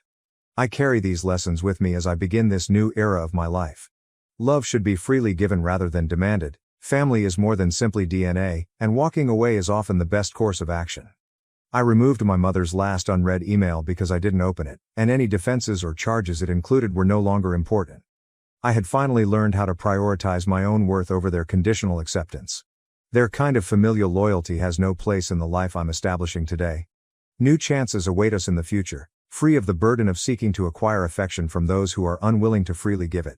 My grandparents taught me what a true family looks like, and I hope to create one for myself eventually, one built on mutual respect, unconditional love, and the understanding that each individual is equally valuable. Finally, the chapter of being the family afterthought is gone, and becoming the author of my own life is merely the beginning. My family hijacked my vacation plans for my golden sister and her kids. But this time, I had a secret escape plan of my own. Reddit, I need your thoughts on this. I need help with my family situation, which has been collecting for decades, but it is a long one. Despite growing up in a relatively normal suburban Massachusetts home, I, 35 female, have always struggled with this situation. My older sister Kate, 42 female, has always been the golden child. Since I can remember, our house has served as a shrine to Kate's life, with every wall filled with her accomplishments and every conversation centered on her. My parents were too busy preparing for Kate's college interviews to buy me a cake for my 10th birthday, which I remember vividly. They even tried to pass off Kate's leftover graduation cake, which still bears her name, as my birthday cake. Kate's achievements overshadowed every major event in my life as I grew older. Kate had recently joined the debate team, so my parents were unaware that I had made the honor roll in middle school. Kate had a college campus visit scheduled, so they were unable to attend the ceremony when I won a local high school painting competition. Knowing that sharing my triumphs would only result in a fleeting, "That's nice, dear," before the subject of Kate was brought up again, I learned to celebrate them alone, in my room. Even our things revealed our family's priorities. Kate's room was always outfitted with cutting-edge technology, fashionable attire, and everything she required for her numerous extracurricular activities. My room, on the other hand, was overflowing with used clothing. When I indicated an interest in taking music lessons, I had to make do with Kate's discarded violin, old clothes, and school materials. I had difficulty playing the violin since it was too large for me. "We already spent so much on Kate's piano lessons this year," my mother said in response to my plea for a more appropriate size. Throughout high school, the trend was maintained. Kate received individual instruction for her SATs, so I had to study with borrowed library books. My parents took out a loan to help her buy a car for college. They encouraged me to take the bus if I needed help getting about. Kate's wants and desires were central to all financial decisions, family discussions, and Christmas preparations. It was quite challenging in college. Kate graduated from a prestigious university with our parents' full support. When it came time for me to attend a public school, they could only agree to pay half of the tuition. They clarified, "We're still paying off Kate's student loans. You'll need to figure out the rest on your own." To make ends meet, I worked 2 part-time jobs while a student, usually dozing off over my textbooks. Kate, in the meantime, was starting her career in a position that our parents had helped her get through their contacts. Kate got married 7 years ago, and everything changed, or rather, worsened. For a year, our entire family focused solely on the wedding. My parents took out another loan to pay for her dream wedding, which featured a beautiful gown, an expensive location, and over 300 guests. Despite their reservations about the payments, I recall hearing them in the kitchen one evening, insisting that nothing was too good for Kate's special day. Was there any doubt that she was her maid of honor? I was expected to organize bridal showers, plan a luxurious bachelorette party, and handle any small issues that arose. When I expressed my stress about handling these commitments while working a full-time job, my mother urged me, "Don't be selfish, Elizabeth. This is your sister's special time. The twins followed. Kate's parents were overjoyed when she announced she was having twins. Even though they were still repaying their wedding loan, they contributed to the down payment on a nearby home. On the day they signed those contracts, I saw them spend their retirement funds, which they said they couldn't access when I needed help with college. They argued that this was different. This is for our grandchildren. So, who was the default babysitter? Yes, I do. It began as occasional babysitting. The request, Elizabeth, could you watch the boys for a few hours? Became a weekly practice, then expanded to evenings when they had appointments. My parents supported this arrangement, saying, this is what family does. Kate and her husband Jack, 43 male, felt that I would always be there to help them if I tried to object. Even while I adore them, the twins, who are now energetic 7-year-olds, are exhausting. Every weekend, Kate drops them off unexpectedly at my house, generally under the guise that she needs me time or has important errands to run. The lads run wild, turning my modest apartment into a disaster. Kate begins crying about how overwhelmed she is when I try to establish limits or request ahead notice, and my parents criticize me for not being supportive. I worked a lot of overtime to establish myself in the marketing sector. I just received a promotion offer that involved longer hours and more travel. My mother said, but what about the twins? Your sister needs you here.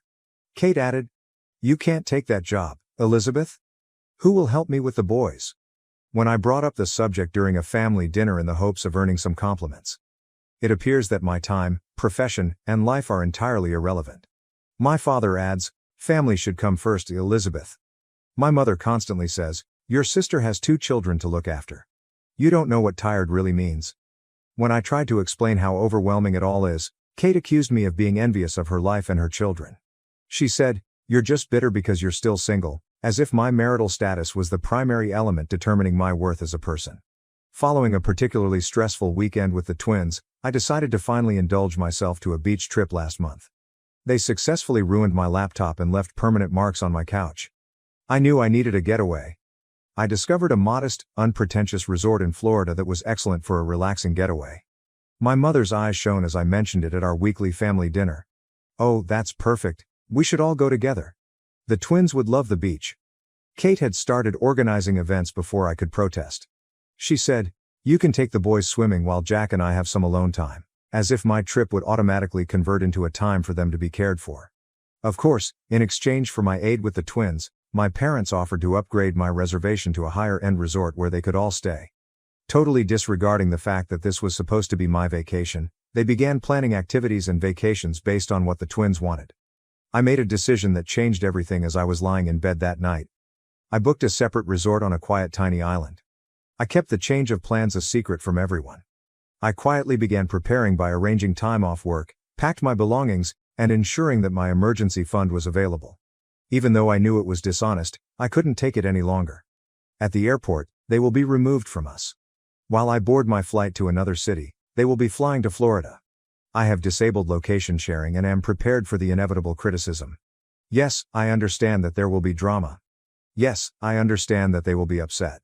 However, I want to prioritize myself for the first time in my life. For 35 years, I have been the dependable sister, the ideal daughter, and the always available aunt. To meet my family's expectations, I sacrificed my social life, weekends, and personal needs. I was frequently babysitting, so I missed out on dating opportunities. I have denied opportunities that may conflict with the demands of my family. To be available to them whenever they need me, I have placed my personal life on wait. Right now, I'm fleeing a lifetime of exploitation, not just a trip. I aim to use this as a turning point to establish clear boundaries with my family, and possibly even take a complete break from them. I'm tired of always making sacrifices, being the family's pillar of support, and being the reliable backup plan. Reddit, what should I do? Am I exaggerating? Is it acceptable for me to want something more for myself, or should I simply follow their lead and accept my place in the family? Update 1. I sincerely appreciate all of your assistance and guidance. A lot has happened since my last post, and I'd like to describe how everything turned out. Although everything went as planned, the day at the airport was more emotionally charged than I had expected. I purposely chose a check-in station that was far from my family's location when I arrived early. I saw everyone pass through the terminal's glass walls. Jack checking their reservation details, my parents looking excited, Kate handling the twins, and Kate dragging luggage. As soon as they began to make their way to the check-in counter, I quietly passed through security for my own flight. When they discovered I wasn't at their gate, my phone started buzzing. The perplexed text first appeared. "Where are you?" "Our current location is gate B12. The concerned ones ask, "How are you, Elizabeth? Has anything happened?" Finally, the indignant ones. "How could you treat us like this?" The boys are in tears. Before boarding my flight, I turned off my phone. For the first time in years, I felt an unusual combination of liberation and guilt. I had carried that guilt for the most of my life. However, what about freedom? It was exciting, and it was new. The bustling tourist spot they were headed to was nothing like the small island where my resort was located. Years of strain gone the moment I stepped onto the beach. There are no twins to babysit, no family issues to deal with, and no schedule to follow. The ocean, me, and absolute freedom. In fact, the first 2 days were hard. The twins would be having lunch now, and Kate would usually need help getting to bed at this hour, so I kept checking the time. It's difficult to overcome decades of indoctrination. However, something happened on the third day. I tried things I'd always wanted to do but never had time for. I enjoyed every minute of my ridiculous, yet entertaining surfing lesson. When I registered in a yoga class by the beach, I met a group of other lone travelers. I even went on an unplanned dinner date with a wonderful man I met in the resort's coffee shop one evening. Even though it was a simple dinner, it served as a reminder that I might live a life apart from my family. The actual test came when I finally turned on my phone after 5 days. There were dozens of voicemails, 300+ text messages, and 147 missed calls. My mother had even called my place of employment to declare a family emergency. Fortunately, I had previously informed my supervisor that I would be taking a vacation. Some voicemails were played for me. My mother's tone shifted from concerned to angry to manipulative.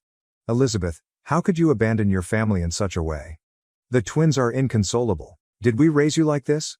Even worse were Kate's messages. "You've ruined everything. The lads are diligent in their pursuit for Aunt Lizzie. I can't manage meetings on my own, so Jack had to reduce them."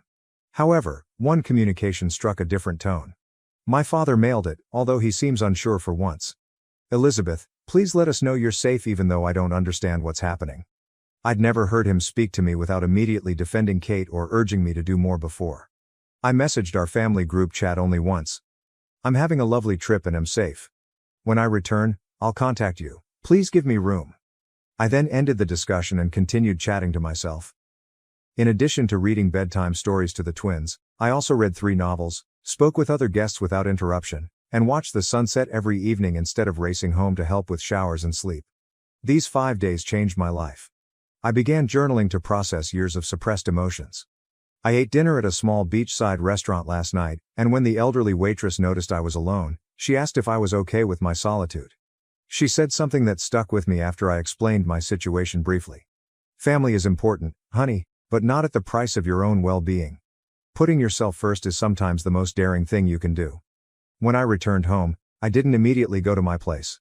Instead, I booked a hotel room for 2 nights to give myself time to prepare for the inevitable encounter. During this time, I updated my work emergency contacts, changed the locks on my doors, and, most importantly, put my boundaries in writing. I unintentionally liked a coworker's post on social media, which is how my family found out I was back. My mother and Kate arrived to my apartment building within hours, continually banging my intercom. Across the street, I watched them from the window of my hotel room, strangely disconnected from their brilliant performance. I'm going to address them tomorrow, at a neutral coffee shop, not at my house, and I know it won't be easy, but I've prepared what I'm going to say. My hands quiver just thinking about it. But for the first time in my life, I'm choosing myself, and I know I'm doing the right thing despite the anxiety, guilt, and drama that will inevitably follow. I'll offer another update after speaking with my family, and I'm grateful that Reddit provided me the confidence to take this first step toward independence. Update 2. As planned, my family and I arrived at the coffee shop, and the situation became even more heated than I had anticipated. The visit at the coffee shop began sweetly enough. I arrived early and sat at a corner table where I could see the front door and the emergency exit, a habit I'd developed over years of anticipating family drama. My hands were shaking so terribly that I couldn't even grasp my coffee cup. My parents, Kate, and, surprisingly, Jack all showed up together, and I am relieved there are no twins. I lifted my hand and said what I had practiced before they began their scheduled speeches. I'm establishing boundaries, and they can't be negotiated. The next 2 hours were a masterclass in emotional manipulation. Kate started crying as she detailed how my absence had traumatized the twins, and my mother tried to inculcate guilt. following everything we have done for you. Unexpectedly, Jack attempted to mediate by proposing a solution in which I would only see the kids every other weekend. For the most part, my father sat quietly and anxious. Kate's statement, "You are being selfish. Family means sacrifice," was the defining moment. Something broke within me, and I said clearly but calmly, "Yes, family requires sacrifice, but it should be reciprocated. When was the last time you made any sacrifices for me?" The ensuing silence was deafening. I revealed everything for the first time: the years of being Kate's second best friend, the unfair financial treatment, and the persistent belief that my life and time were less valuable than theirs. I then showed them my calendar for the previous year, with every weekend reserved for babysitting and every holiday tailored to their needs. My mother attempted to intervene, saying, "But that's what aunts do." I answered by saying something I had never dared to utter before. "No, that is what paid babysitters do. And Kate, if you require this much assistance, perhaps it's time to consider employing one." My mother followed Kate as she raced out, and Jack lingered, apologizing profusely for taking advantage of my availability. After a long silence, my father added, "We never meant to make you feel this way." It was something, but not an apology. When they left, I followed through on my plan. I moved to a different part of town and got a new apartment, which is smaller than my previous one but in a secure building with a doorman who is aware of my situation. My new phone number is now only known to my workplace and a few close friends.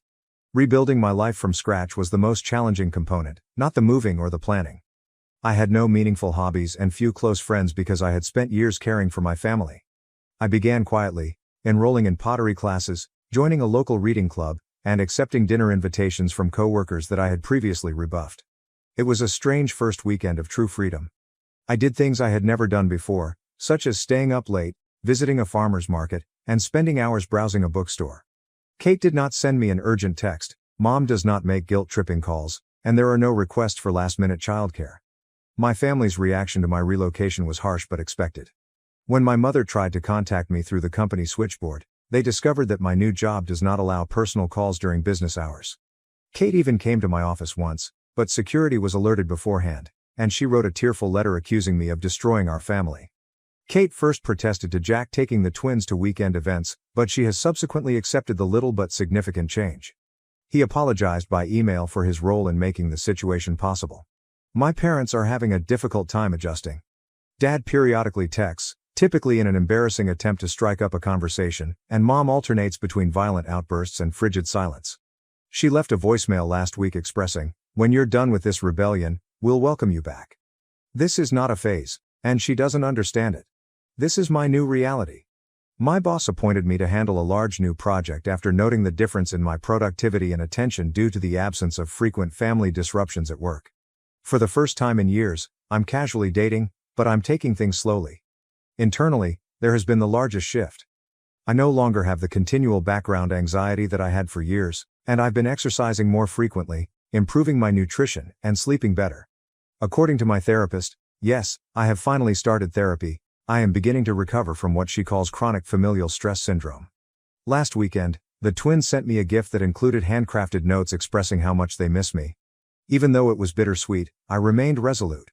I carefully wrote them back to let them know that, while I love them, I need some time to look after myself. I had to write it even though Kate is unlikely to read it to them. "You seem lighter now. You look years younger," said an old acquaintance when I saw her yesterday. She is right. Despite the angry texts, emotional manipulation attempts, and residual guilt, I feel lighter and more emancipated. Respect for personal space, acceptance of one's own needs, and reciprocal assistance, rather than merely one-sided sacrifice, are all components of true love. I'm discovering that family love shouldn't seem like a prison sentence. My new flat will be 1 month old next week, and this is the first time I've ever dared to host a little housewarming celebration, with only a few friends from pottery class, book club, and work. There are no expectations, drama, or family, just people who accept me for who I am. I'll post another update soon, and I'm grateful to Reddit for providing me the confidence to make a life change. Update 3. Completed update. It's been a life-changing 3 months, and I'd like to share how it all came together. The confrontation I had been dreading and anticipating arrived last week when my father unexpectedly came up to my place of employment. His method was distinct from Kate's emotional manipulations or my mother's previous frenzied attempts. When he asked if we could have lunch together, he was composed and even resigned. We met at a tranquil restaurant near my employment, and for the first time in my life, he recognized me as his daughter, not Kate's sister or the family's backup plan. He said, "You look healthy," in a shocked tone. Happier. The fact that he hadn't seen my dissatisfaction in years weighed hard on the observation that remained between us. The family had offered him a proposal, and they were willing to make sacrifices. If I agreed to reclaim my role in the family, I could have every other weekend off. He went on to remark, they'd even pay for my time with the twins, as if earning money from the commitment would make it more appealing. As I looked across the table at him, I knew they still didn't get it. They saw my freedom as a bargaining tool rather than a basic right. "Dad," I answered, "I am not bargaining for my independence. I am living it." The talk that followed was the most frank I've ever had with my father. I detailed how their relentless focus on Kate had damaged me emotionally as well as practically, and I told him about things he had forgotten or never noticed: dreams, accomplishments, and birthdays. His answer was unusual. He sat for a long time in silence, not providing the usual defense of their judgments. Finally, he stated, "We believed we were doing what was best for our family. We never realized how much we were hurting you." Although it wasn't an apology, it was the first time I'd been acknowledged. When he inquired about my new life, that was the genuine turning point. He listened for the first time as I explained my pottery lessons, my job advancement, and the new acquaintances I had made. Despite its flaws, I showed him images of a vase I had produced. I was stunned by what he said next. "You seem to have built a good life for yourself without us." The realization and anguish in his voice were genuine. We agreed at the end of lunch that nothing would ever be the same again. He gave me my first genuine embrace in years as he said to me to leave, "I hope someday we can be part of your life again, but on different terms." That exchange appeared to spark a final bout of family turmoil.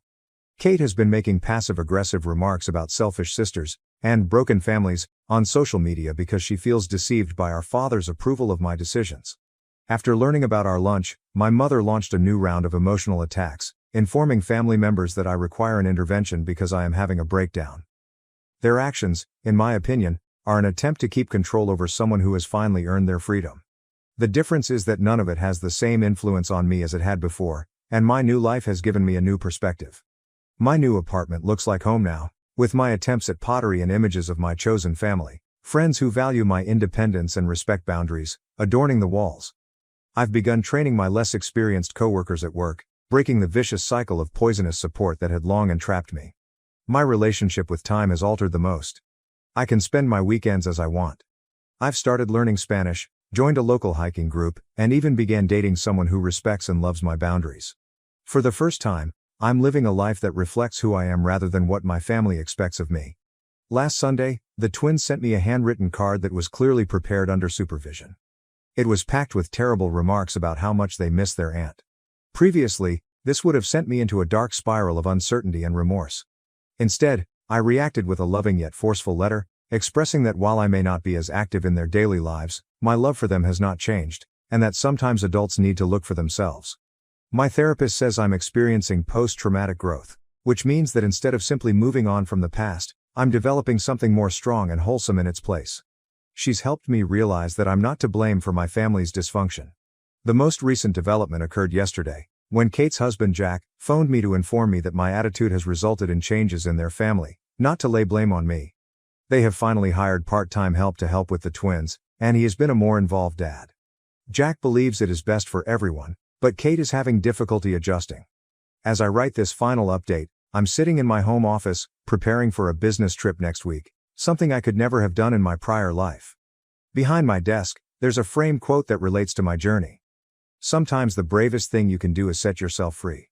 I'd like to thank everyone who backed me and followed my story. You gave me the confidence to make my own decisions. If you're wondering if people in similar situations are selfish for wanting their own lives, remember that you're not. Being free is not selfish. Treating oneself is not mean. And establishing boundaries is not a sign of treachery. I have no idea how my relationship with my family will evolve in the future. Perhaps one day we will discover a different form of connection, one founded on mutual respect rather than duty. In the meanwhile, I'm focusing on maintaining the life I've created, including my friendships, interests, profession, and, most importantly, my sense of myself. This is not the end. It is only the beginning. For the first time in my life, I'm excited to see what happens next. Karen demands VIP table claiming to know the owner, yet I'm the owner, and she was left crying with a $4,000 bill as after my revenge. Karen bursts into the restaurant, screaming that she knows the owner and demands that we give her and her group of friends the VIP table reserved for celebrities. The problem is that I own the restaurant and don't know who this lady is. However, I decided to play along and see what occurred. During dinner, one of the girls asked me if I thought my life was useless because I worked as a waiter. That was then I realized that all bets were out, and I was determined to extract my revenge. Here's what I did. This happened near Christmas and New Year's. My grandparents immigrated to Canada from Italy in the 1970s and opened a restaurant. When they died, my parents took over the restaurant, which they expanded and improved throughout the decades. I've been working in the restaurant since I was 15. As my parents became older, they retired and became snowbirds, spending their winters in Florida. They sold the restaurant to me a few years ago, but they kept a small portion of the stock as a side income in addition to their savings. As soon as I got control, I modernized the old house. I restored the eatery, changed the logo, and contacted local and national publications about placing advertisements. I invited food critics, bloggers, and vloggers. It was slow at first, and I worried that the loan I took out to do all of this was the worst mistake I'd ever made, that I'd damaged 3 generations of a family business. But it soon started to work. A local semi-famous YouTuber featured us in one of his videos, encouraging more people to visit and review us. Even on a Monday, we rapidly saw 5 to 10 times the usual volume of activity. We became a popular place for huge parties, and celebrities frequently stopped by on particular occasions. I even invited a few high-profile clients to come and cook for our guests. This cost a fortune, but we were fully stocked for the holidays.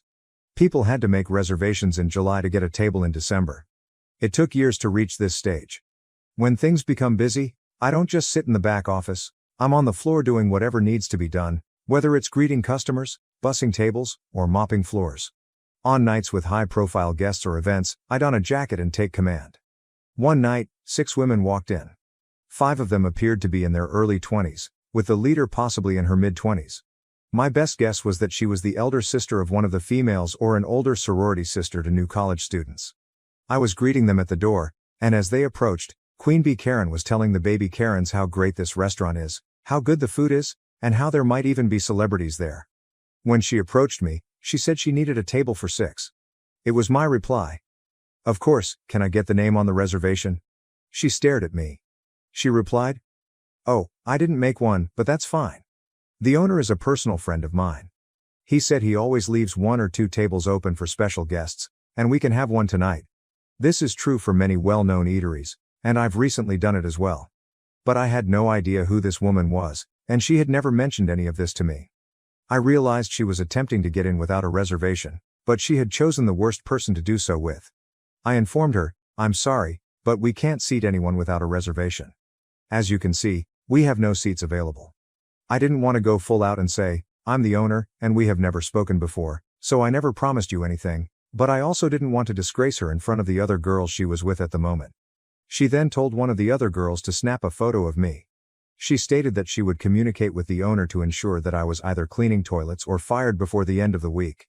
The other girls behind her agreed, shouting things like, "Yeah, kiss your minimum wage job goodbye." I wasn't sure if they were in on it with her or if they really thought she knew the owner. Queen Bee Karen then stated, "Look, you can either give us a table or I will make your life extremely difficult. This is not worth losing your job."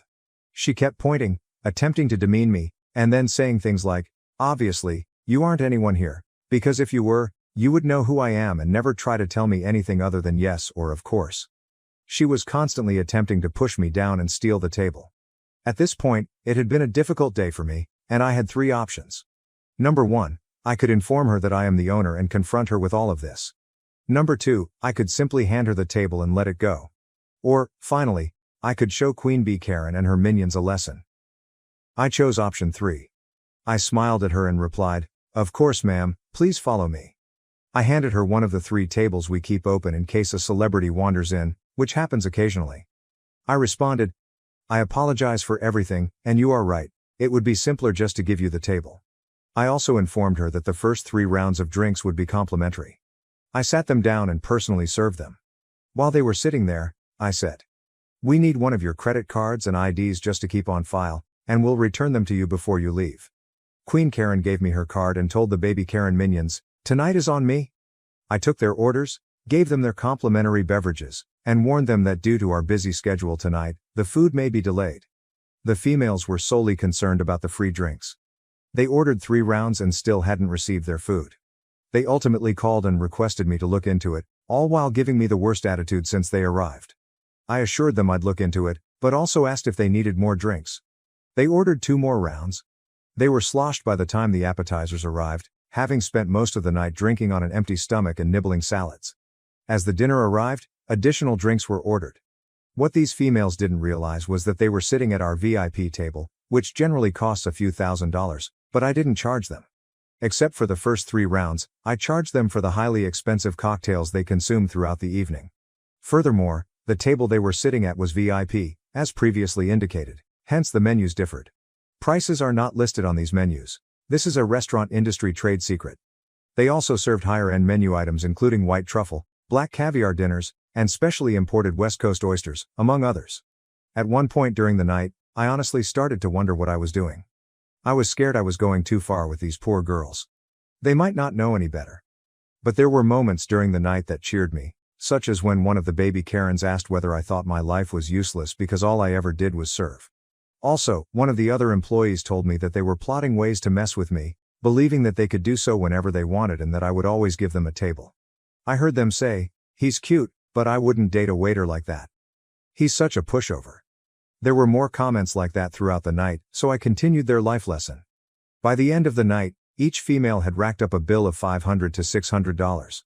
I delivered Queen Karen a bill for $4,232.23, which included tax and tip. I've never seen someone sober up this quickly. She went from laughing and giggling with her friends to nearly crying. She quickly summoned me over and inquired whether this was a joke. I accepted the bill, looked it over, and apologized.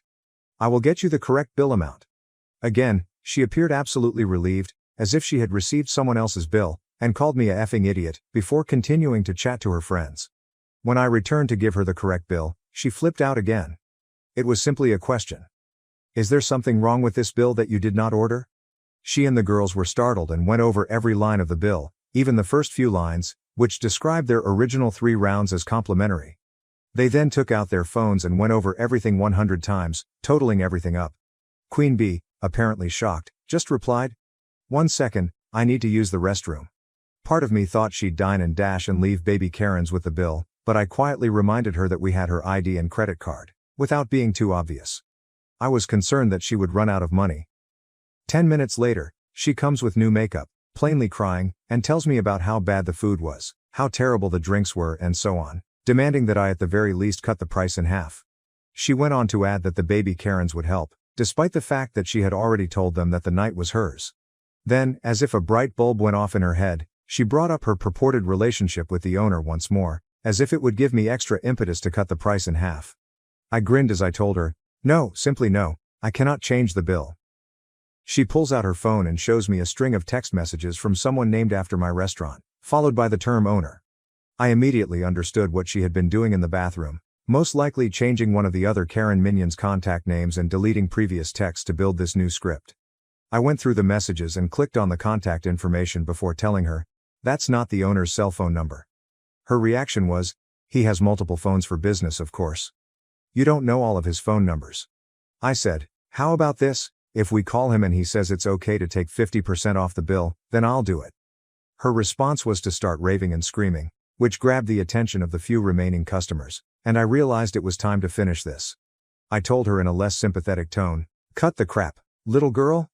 You don't know the owner. You have never been here before, and if you keep shouting, I will call the cops."